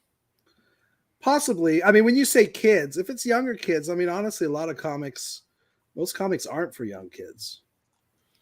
Yeah, well, just general audiences in general. What would you say the average age range of a shopper of your normal day-to-day customer is? Yeah, no, that's all over the map. I mean, all day long, I get kids to old people. So it's a mix, because we're also kind of a bit of a destination shop too. So it's almost like tourists come just to like, oh, we want to come look at your Superman #1. So we really get the whole gamut. But hey, all this week, you know, I think it's the last week here before school starts in Arizona. We've had a ton of kids in the shop. And you know, last week, and they asked for specific things. We had a young girl today was like, I like Scarlet Witch. Show me some Scarlet Witch comics. A lot of kids coming in going, you know, I want to start reading Spider-Man or Hulk. It's the classics, basically. But see, these are all characters that just had really big appearances in movies. True. I mean, Scarlet Witch. We had a kid come in the other day, was just out. like, Thor. You saw Love and Thunder, and he was all about Thor. And me and the dad were like, we hated the movie, but hey, the kid loved it. and you just wanted Yeah, Thor that stuff. movie was definitely geared towards my boys are gonna love it. I didn't like it so much, but Oh, I hated it. I just wonder if Discovery is smart enough to see, okay, the movies suck, so we got to make the movies better. So let's not just Eric Williamson has put the this thing in the pertinent shitter question right right now. there. Is who spends Better the question, most? what 'Cause age- ultimately yeah. that drives the market, and it is definitely right now. I'd say mid 30s to mid 50s. So you're agreeing with Kyle, like 35 to 40. Oh yes, yeah, definitely. Guys like us, we're definitely the ones spending the most money on comics by far. That doesn't surprise me at all. I mean, shoot, I'm not a huge comic reader, but because even before Comic-Con, I was like, I bet Secret Wars is the next thing that's coming up. And so I was at a Bookman's, which isn't a comic book shop, but they have comics there. And I'm like, oh, I'm going to see if they have Secret Wars here. You know, one of the the graphic novels, and I can pick it up. They didn't, unfortunately. So I ended up picking up a copy of Civil War. But like even me, who doesn't read comics much, I'm like, well, I want to read this stuff. It's going to be in the movies. I want to get up to speed. I want to know what's going on. So We also have a lot of kids come in. viable. They just want manga, and I'll show them our manga section. But I'll also ask them, you like comic books? You like Spider-Man? You like Batman? They're like, no, just manga. I was like, all right. Yeah, manga's huge. Well, that's Everything's why it's very compartmentalized. Everyone like, What was this is what I like. I'm just focusing on that. what were the books? And to answer Matt, that Hartman's you question, I did not tell the kid I hated it. said? What were the books you said, Matt, to read before No Way Home came out? Was it One Day at a Time? And No, One More Day and One then More One Day? Moment in Time. Yeah. that's the only reason I You're read supposed to mix those. those watch the titles show together. one day at a Yeah. time. One day at a time. You watch Well, all 5 seasons of that. Marvel, I kind of feel like Marvel, and maybe this is just me, I feel like they tip their hand in their comic books with what's coming up in the cinematic absolutely. universe, because they try to get that stuff in your forefront. What was the big books this week? Absolutely. Venom. Who's in the background of Venom? Kang the Conqueror. Kang. Kang the Conqueror is all in Venom. So then you get, well, they're teasing the mutants. There's so much talk about mutants. Who got their number one today or this week? Gambit. They're getting him back out in front of you for a Dude, reason. I can't wait for Gambit. Like, So I want to see a good Gambit, dude. It's so bad. He's one of And my they really favorite. haven't done that one yet, so that probably Dude, won't be speaking an of new issue with the releases, contract. Amazing Spider-Man this week, number 6, issue number 900. It's a Who else is- $10 book. So we had some customers who were all in on the variants, like dropping like $200 on just one modern new release comic. yeah, the variants were crazy. But Yeah, some of the variants Go ahead. were really good Who's- though. But I who's mean, got $10 who's got a pop. movie kicking off Phase 5 in Quantumania? Ant-Man. Who had a new number one this week? Ant-Man. So they're Can you show Marvel's that very cover much again? so. This is a Scotty Young cover. See, that's a book that did not generate a lot of interest for us this week.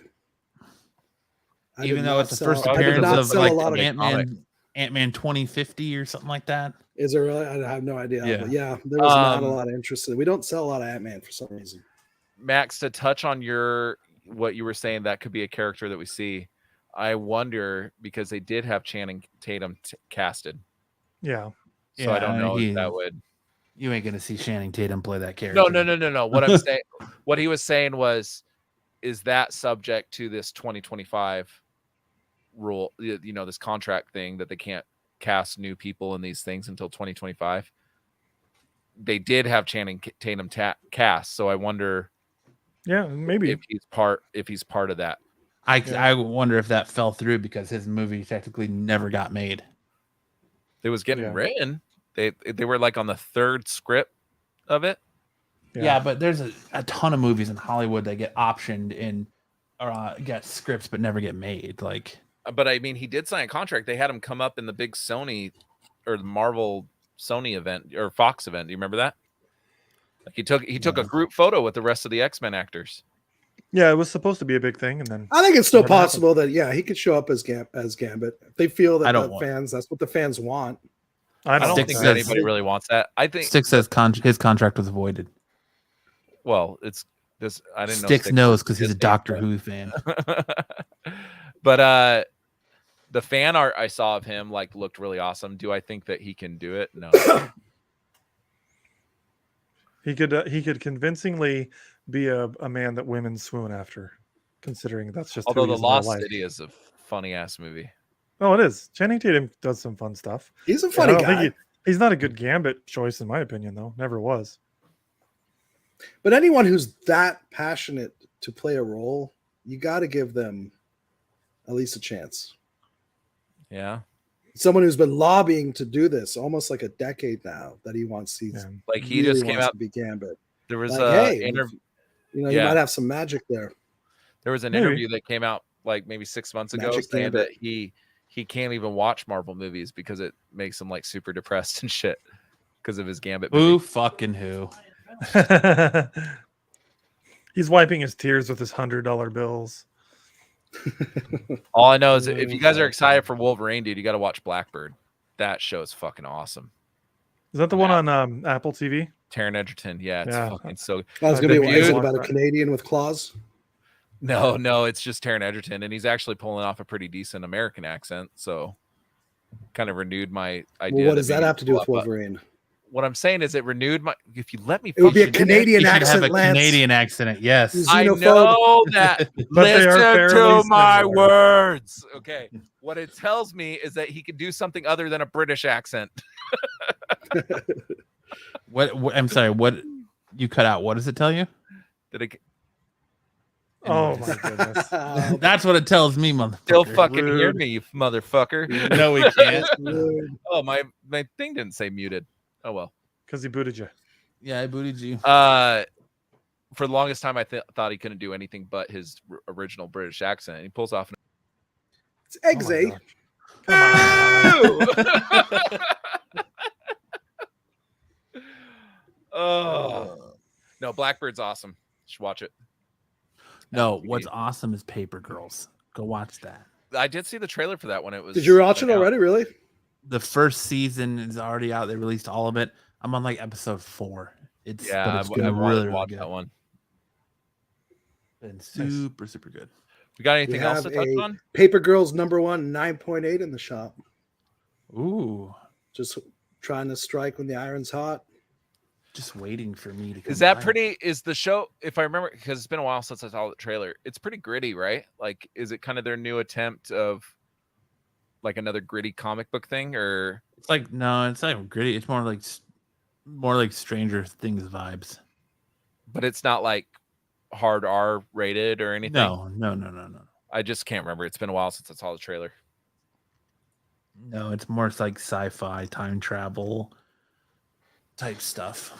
Mm. It's a lot of fun so far. Is that Image? Well, who makes that book? That would That's be Image, Image. Yes. Okay. Brian K. Vaughan. But He yeah, Did he do Kingsman? Matthew Oh. Vaughn did. Matthew Vaughn did. What No, other Kingsman what is Mark Brian K. Millar. Vaughan- Yeah, Matthew Vaughn directed Kingsman. The writer is Mark Millar. Yeah. What did Brian K. Vaughan do? What other ones? Saga. I know that Um, name. He's doing. Saga. Isn't he doing Saga. Saga. Thank you. And Saga was going to get made on Sci-Fi, and it never did, right? Well, because Saga's like super graphic. You know what show was fucking awesome, and I'm pissed that they got canceled, was Deadly Class. But he also did he also did Brian K. Vaughan did Why the Last Man. Yeah, it's the other one they made. Runaways. It got canceled after 4 episodes, I think. He did Runaways. There's that series, Marvel. We Stand on Guard, where America invades Canada. Yeah, Under the Dome, That's Paper pretty Girls. Under the Dome was a comic? Yeah. The show Under the Dome Was was based on, I thought it was Stephen King. I didn't realize it was a comic. The one with the Shield dude, Michael Chiklis. yeah. I thought it was Stephen King. Was He- Stephen King involved with that book? No. Brian K. Vaughan developed the show. It was based on Stephen King's book, but he helped write and develop the show. Wait, Brian K. Vaughan's not the writer of Paper Girls, the comic? He is the writer of Paper Girls, but he also Oh my writes God, movie yes. scripts. Oh, okay. All right. I'm understanding. I'm like, Lance, I was Lance on the confused. Absolute Geek podcast, if we refer to Michael Chiklis, it's the dude who played the Thing, not the Shield. no, Yeah. I should block that movie from my memory. It doesn't matter. Except for Chickless Jessica was Alba, the Titan. thing. If you're talking comic books, that's what you refer. How could you Come even on. tell he was in a foam suit the whole time? Oh, there it is. Listen, Lance. Huh. It has come to my attention that we need to have a discussion about your credentials moving forward on this particular program. Hey, I know for a fact I know more about comic books than Max. You're going to listen. You're going to be getting a call into Absolute Geek HR on Monday. I just don't want you to be surprised. Who runs that, Logan? I'm gonna When throw they're- Max under the bus. I let someone more professional than me run that, so that would be Aaron. You will be called into Absolute Geek HR, and your performance will be reviewed. And you will have to change a poopy diaper in order to pass the. He's got 5 kids. He's a pro at that. No, I don't change poops. Oh, that's right. How many of your kids are still in diapers? 1. Okay. She's 2. Burning question everybody needed to know. Yeah, most of them kind of potty trained themselves. It was actually pretty easy. Everybody told us how big of a nightmare that would be, and it wasn't.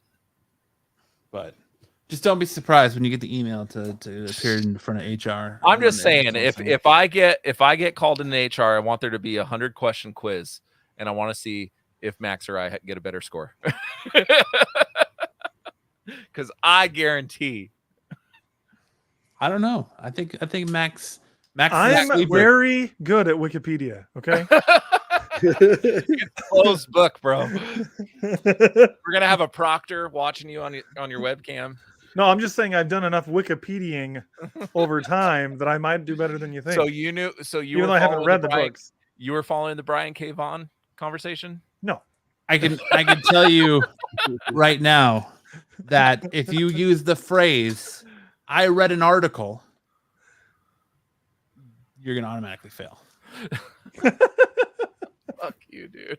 I heard it on a podcast. And all we do is cite articles. It was on We Got This Covered. It was on Fandom Wire. Totally legit. All we do is cite articles. Our Geek News We Got This is Covered. citing That's articles. the worst. Oh my gosh. They're awful. I'm hesitant to even share it with these guys. We Got This Covered articles. Oh, I don't share We Got This Covered. I see it and I'm like, it's probably a lie. Or I'll say, look at this ridiculous thing that they're saying on We Got This Covered, and then I'll share it. I got to preface it with, Well, it's like The Onion not real. for comic books. We got this. Yes, covered. but they think they're legitimate. I love The Onion. You know, I love The Onion. They think they're legitimate. That's the joke. Yes. Yeah. The Onion knows that they're not legitimate. And you know who is legitimate? This group that I saw on New York Post earlier today. Actually, they're called the Absolute Geek Podcast. Oh, one of on the the New most York published Post? newspapers Yeah, in the dude. world. We were on the New York Post today. Hey, and on I didn't fucking know that. comicbook.com, which is Yeah. Viacom Matt and sent it in CBS's our text. website. So are our subs at 10,000 now? Fuck no. No, but that video is at 13K views. So that's cool. All those Our 13K subs, we're gonna people start losing should subs be right after here this in the episode, chat. too. Where are they? Yes, poopy diapers, sexiest man alive. All I know is that the people I think that's a at Spoken podcast. And Someone's Itch gonna go, and this Matt need to do douchebag a Lance This wrestling is show. an A This douchebag. podcast. Fuck A-list. you. Someone's gonna go. This douchebag Lance doesn't. He Googles articles, eats on the podcast, and doesn't change a poopy Hey, diaper. at least fucking unsubscribe. At least I turned my camera off. Fucking Nah, Ish was just dude. making love to his chicken wings Ish live on doesn't the like a air. man. It was Bro, a sexy. National I can Chicken sit Wing here- Day. It's I what can the sit here audience and wanted. watch- I'm just pandering. I'm pandering. I can sit here and watch Ish eat chicken wings all day. All right, he Ish made it Hey, look is like you a know, playing but fucking if it article works, artist. fetishes. if it works for hot ones, it might work for us. Ish makes eating chicken wings look like an And art their form. whole- all right? Their It's whole an show. art form. I work hard. I practice a lot. So when I come on Kyle, live, You you're know seeing it. my best. My best. Speaking of I poopy see that. diapers, Poopy diaper wait till that podcast. Wingstop That's the comes shit. I out like that tomorrow. fix. Gosh dang it. I'm hungry. You guys are Oh, killing they me. actually put our video in their fucking article. Yes. Where have you been? I didn't know on New York Post. I've been looking at it at other places, but our fucking video. They didn't name Yeah. us, which is annoying. They but did. Yeah, New York the Post did. video's there. New York Post said Well, they Absolute didn't Geek say Podcast, Absolute didn't Geek Podcast anywhere Did in they the not? article. Oh, I Yeah, thought they just did. referred to an interview, but then the video's there. So Most of the ones I saw quoting it had Absolute Geek in parentheses, yeah, and then podcast after. Yeah, I thought that shout was out to interesting. everyone who's at least comicbook.com. That was in the opening sentence. giving Yeah. us credit for it. They Like, don't have to ask permission if they cite us. again, like it was a massive, like it was a roundtable interview. I'm glad I had the group I did. 4 great people that work for their respective publications. I can't remember who they are right now. I don't know who they are now. Otherwise, I would have cited them in the interview stuff. But yeah, great guys. Like I said, was saying at the beginning of the show, I was just the first to I was just the quickest on the draw, I guess. I don't know. But well, I know that one of the women you were with, we reached out to us, or we reached out to her. I'm not sure what had happened. She found it on Twitter that was shared by somebody else, and she said, "Hey, check out this awesome video," where she was the one that actually asked the question, because I was sitting there, and so you walk in, and there was like 4 or 5 tables, and they had 4 people from different outlets at each table, and then the wrestlers pivoted to the tables. So like speed when we got the dating, press, yeah, essentially. So when we got the press release, it said strictly keep it to AEW questions. So I was thinking, all right, well, I'm going to do that, but I want to get personal and fit it towards our audience. So like I asked CM Punk, you'll see it in the interview that goes live tomorrow. I asked him a question about like how he got into comic books and how that has affected his professional wrestling career. And even to this day, he talks about being into the G.I. Joe and stuff like that. And Chris Jericho talks about, I asked Chris Jericho in the interview that I released about his comic book he's got coming out, The Painmaker, his graphic novel. He talks about what got him into comics and how Teen Titans, Marv Wolfman was big to him, things like that. So I kind of tried to spin it to our audience, but keep it AEW related as well. And this woman came off firing, and she was just like, so how do you see the culture changing now that Vince is gone? And he would just hit her with the, do you really think the culture is changed? Yeah, like he schooled her. And she even says it in her Twitter post. She was like, he schooled me on it. And I was sitting there and I was like, this is gold. As he's saying it, I'm like, this is gold, man. This is going to blow up. And I thought for sure, because I'm a one-man army and these guys are talking about how they've got like 4 other guys here and sitting in the press room ready to release shit. I'm like, I'm going to be late to the party here. And so I sat on this stuff since Saturday. I sat on this interview since Saturday, and I was like, somebody else is going to get to this before me. Somebody else is going to put this out before us. There's no way I can go drive from San Diego back to Phoenix because my Mac that I have is outdated and it doesn't edit worth shit. So I was like, there's no way I'm going to make it from Phoenix or from San Diego back to Phoenix before this gets out. So I sat on it. Sunday, nothing. Monday, nothing. Tuesday, nothing. And I was like, fuck it, I'm going. And I pulled that trigger, and I'm glad I did, because clearly I was first. There's going to be other, like I said, there was 4 people there. So there's other outlets that have this footage, but I was just the quickest on the draw. And I was just like, screw it. They didn't put it. I'm going. And the little guy came out on top. And I appreciate everybody who's checked it out. I appreciate everybody who's subscribed to this channel for it. I've appreciated everybody that's shared it. I appreciate all these publications quoting us.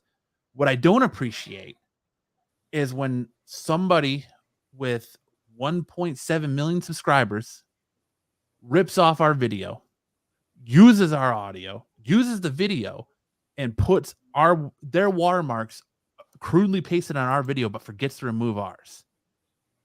And then is like, oh, sorry, bro, I didn't know where it came from because it's getting shared everywhere.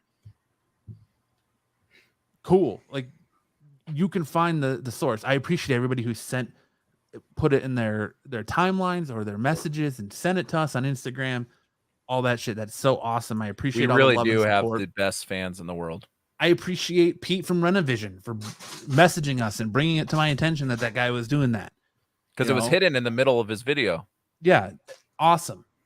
But my thing is that we work with Kyle and Pete and Marco over at Renovision and all these guys in this little community, and we all look out for each other, and that's awesome. But I hate when bigger channels with 1 point whatever million subs rip off the little guy and just think that they can't do anything about it. Like, that pisses me off. I hate that, Wrestle Talk, one of the biggest wrestling shows on YouTube, can take our interview and quote it in their news story, quote everything that's said in it, but not give us credit for it. But I can't do anything about it because, again, it's free use, because they used our content, spun it, and they used our content without actually using our content. So I just, how hard is it just to say? It is. I just don't understand that. I never want to be that person, no matter if we ever get to that point. I told you this, Matt. I never want to be that podcast that thinks it's okay to step on other people. It's a coveted space. I get it. They don't want people getting in the million sub range. It's a coveted space, but I don't know. Just give credit where credit is due. And I don't know. That's all I'm gonna say about it. But I appreciate my 5 minutes of fame. Our 5 minutes of fame. It's been a fucking hell of a ride. I'll take the bump in subs. I'll take the 13,000 views. I mean, it does piss me off when I look at that dude's channel and he's got like 80,000 views on a video I posted, but it is what it is. Like I said, somebody else could have posted it before me. I just got there first. All I know is that next year when Max... maybe our fans need to go to that channel and post the link to this channel in the comments. Well, he did. I did, yeah. Yeah, I don't even know what channel you guys are talking about. I was gonna say send the minions out, but okay. I sent him a Twitter message and he apologized and put our link tree in the description of the video. But I mean, that's all thanks to Renovision for bringing it up. I appreciate people like Kyle who go on other channels and talk about it and give us credit. And I appreciate Renovision for letting me talk about it on Wednesday and giving me credit for it. Still, it's a cool thing, man, and it's been a cool thing, and I'm just riding that wave of holy shit.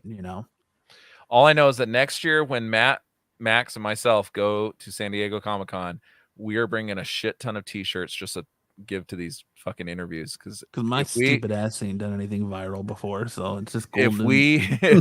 If we can get CM Punk to say this shit and he was wearing an Absolute Geek shirt, that'd be fucking awesome. He ain't gonna wear a shirt. I'm not gonna get crazy. A free shirt? Who the fuck doesn't wear a free shirt? He ain't gonna wear no free shirt, dude. I'm just saying, like, I'd be expected to go viral for a fat guy falls down while eating chicken wing before. No, that's just Biden. This, but yeah. But I mean, it's cool, man. It really is, and it does show that. Maybe I'll choke on a chicken wing, and that'll go viral. I love that you changed your name to Wingding. Maybe we do need to have a wrestling show. I don't know. I don't know. Yeah, but it's because cool. If you notice, Max and I were pretty quiet through that whole segment. So I think you two have a passion for it and should be talking about it. So maybe we can get Stick Boys in on it too and have a real good wrestling show. Where the fuck did he go? Left. He's like, I gotta go to the bathroom. Can't handle these feels. But yeah, again, I'll say it again. If you want, people have been asking for the full interview. The full CM Punk Jade Cargill interview goes live tomorrow night at 7:30 p.m. Pacific time, right here on the channel. So you can watch the full interview there. Please check out and support the Jericho interview we did. Check out the Darby Allin one. I've still got Orange Did Cassidy. He say who's publishing his book? Yes, he does. He talks about it in there. It's actually the same. I did watch the video. I don't remember what he company. Said, so Kevin Smith did a movie called Kilroy is Here, which is he released through NFT, and it's that same company. I can't think of the name of it right now. He does mention it towards the end of the interview. I'll watch it again. Hey, can I say something that's super important to me? I shared it on the Absolute Geek Facebook page today, but a good friend of mine is missing in Phoenix and has been missing for over 3 weeks. So if you're in the Phoenix area, keep your eye out for it's on the Facebook page. She's a very good friend of mine, and we're all worried about her, Michelle. So I just wanted to throw that out there. Yeah, Stick says, having watched wrestling my entire life, I agree with Punk, but we'll see how Triple H does. I agree. I echo that sentiment, but I agree with what Punk said too. But I mean, the Darby Allin interview is really good because it talks a lot about how, you know, he's one of the most extreme guys in wrestling right now, him and Jeff Hardy, and talks about his recovery and, you know, what he does for recovery because he's straight edge, so he doesn't take pain pills. So when he's jumping off ladders into steel chairs and stuff, and you know, how he takes care of his body. And Jericho talks about his book, and I got the full Jericho interview coming where he talks about everything and anything AEW. And then we also got Orange Cassidy and Britt Baker DMD interviews coming. So we got a lot of content, wrestling wise, interview wise coming. It's awesome. And again, And shout we got out SummerSlam tomorrow. We do have SummerSlam tomorrow. Yes. Hey, wrestling husband. Yeah, Ish has got some competition. Yeah. So, big shout out to Thought it was AJ Styles. San Diego Comic-Con for hooking that up. Big shout out to AEW for making the wrestlers available like that, because that's something WWE would never do. So That's pretty awesome. But other than that, that's you got anything else you want to talk about, Ish? No, I guess that's it. Let's do a SummerSlam watch along. I would be down for that. I'd do a SummerSlam watch along. You gotta smoke weed while you do it. No. Why do I have to smoke weed while I do it? I don't know. I just know a few shows that they watch movies and they smoke weed while they're doing it, and it's hilarious. All right. What, yeah, you watch so- people watch a movie? No, it's a podcast, dude. You're not even watching them watch the movie. They're just watching a show, smoking weed, watching a movie, talking about it, and it's hysterical. But yeah, shout out to everybody who's the new subscribers. Oh, giveaway.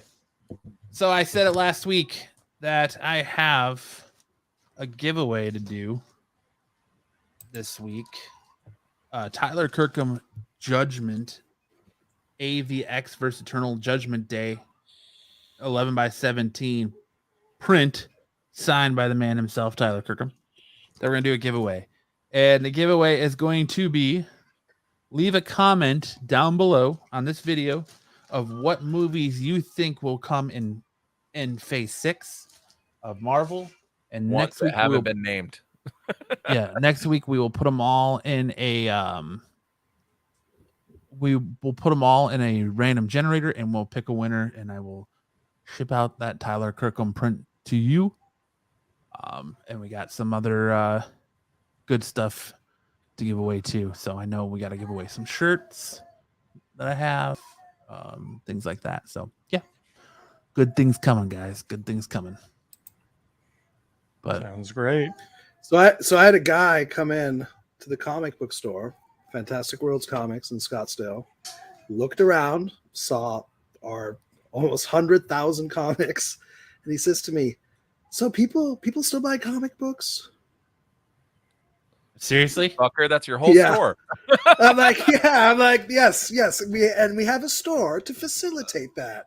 Surprise. did you like look around and go, I need to where the write hell down. do you think I you have just some of these walked moments into? like every day. Yeah. I need to write these down. Some people come It's in not here like you're sometimes, selling like say old the timey weirdest shit. radios, dude. Like, Yeah.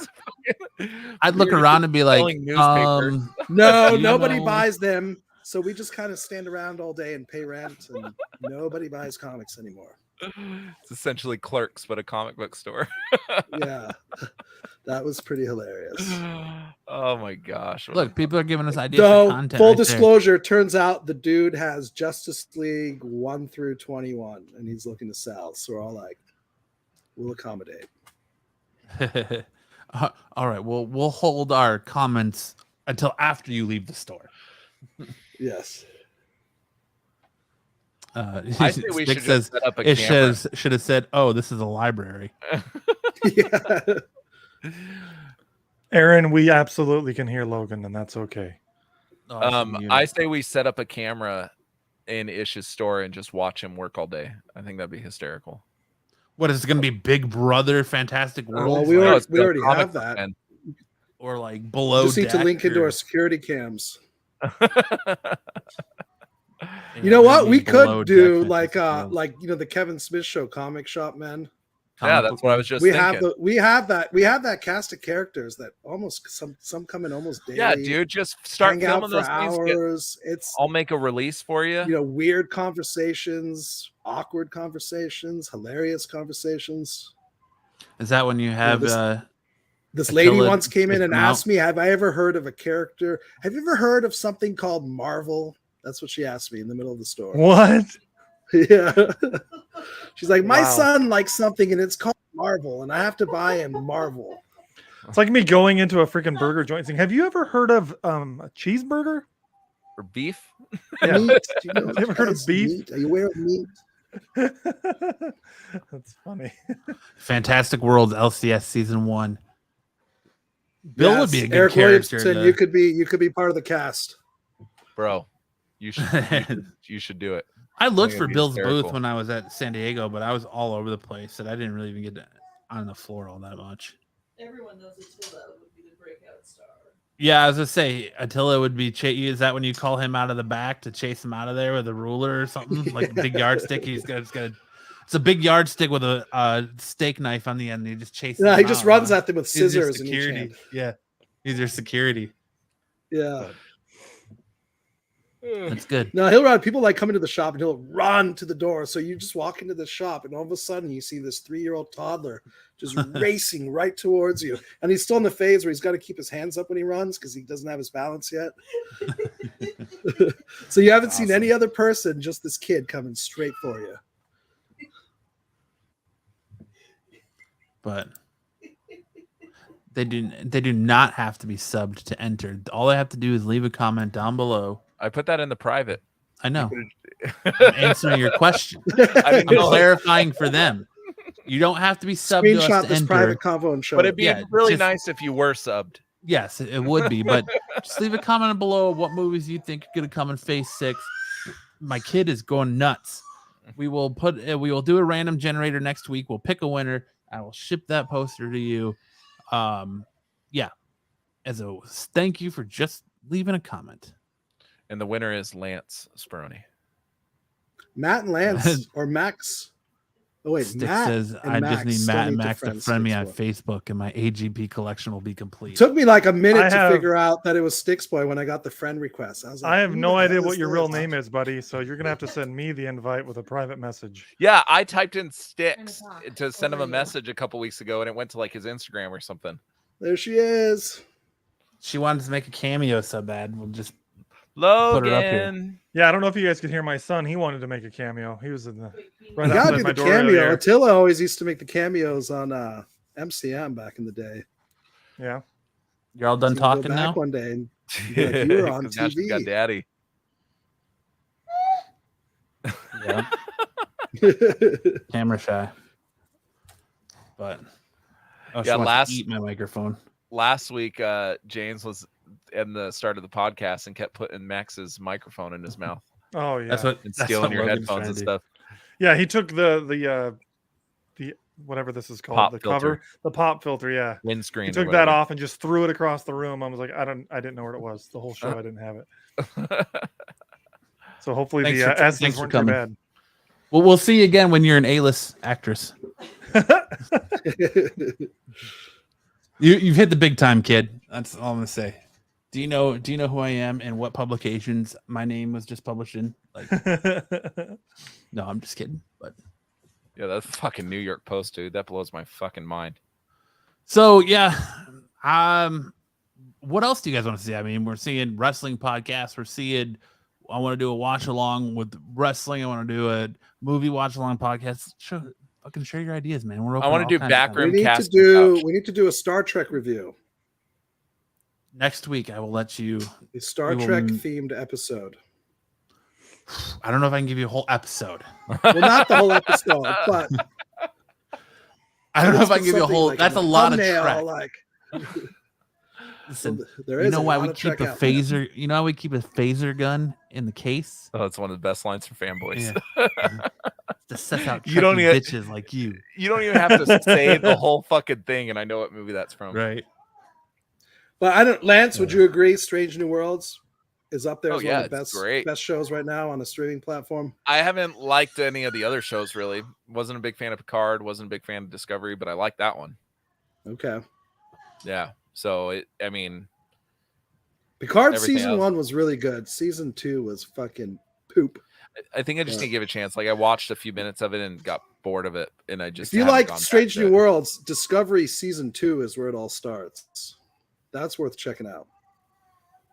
Yeah, Strange New Worlds is fucking awesome, dude. I was addicted to it. But So all right, I think that's where we're gonna end it. We got some ideas, we got some shows to work out, so we'll get going on all that. But again, show some love to all the interviews coming to the channel. We're gonna have a San Diego Comic-Con floor walkthrough coming as soon as I'm done editing you're it. doing the Force. Yep. Yeah, what did No, Max force just push. do? Max just did talk to the hand. I'm doing a force push. Did you guys see that? I know we're closing up the show, but did you see that interview of Ian McGregor with Jimmy Kimmel saying that he just walks up to automatic doors and just goes like this Yes. to like make them open, Yep. I love Who it. does like in Doesn't do that. public? I agree. Who It's doesn't do that? he's fucking But open. if you one. see- do that. Yeah. If When my I saw garage Ian door McGregor opens, doing of it- course I'm lifting it. Oh. Shooting I us just on shot the a both. podcast. I just shot All them right. both off screen. But yeah, Bang. I will give you a Star Trek next week. Strange New Worlds review coming from Ish, Max, and Lance, and I'll be the one. Max that hasn't seen sits it. on 10 episodes. yeah. If anyone, I recommend binging it next week. We'll talk about it. It's really good. The stuff. next week, Max and I Good can be the science one that fiction. sits there quietly. All I know is Rebecca Romaine I can sit Stamos is quietly. still fucking hot. Or you No guys idea can what that watch is. it too and watch a really good show She's the original Mystique, bro. and not be lame. Oh yeah. Lame is my middle name, sir. Y'all need more Star Trek in your lives. I love Star Trek. Mm. I need to Star watch some Trek. other I shows. do. Star Trek need. I do not. Ugh. Spoken like a true Silly, Star Wars silly fan. Max. I can like both. I can and I do. So I love both. I But like they're- both too. they're- I just I prefer don't know Star why Wars. they need to be compared. They don't. It's just a silly joke. on that note, Matt for was this trying week's to end the podcast. Let's episode let of the Absolute Geek Podcast, I'm Matt. I'm Lance. I'm Max. Absolute Star Trek podcast. That's Ish. Let's try this again. I'm Matt. I'm Lance. And Max. Live long and prosper. That's Ish. All We'll see you guys next time.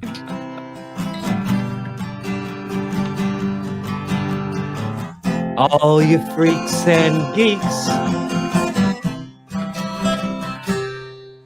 Come all you freaks and geeks.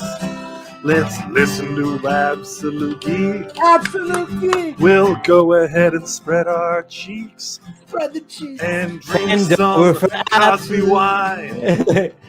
We'll Come on, drink you some absolute Cosby wine.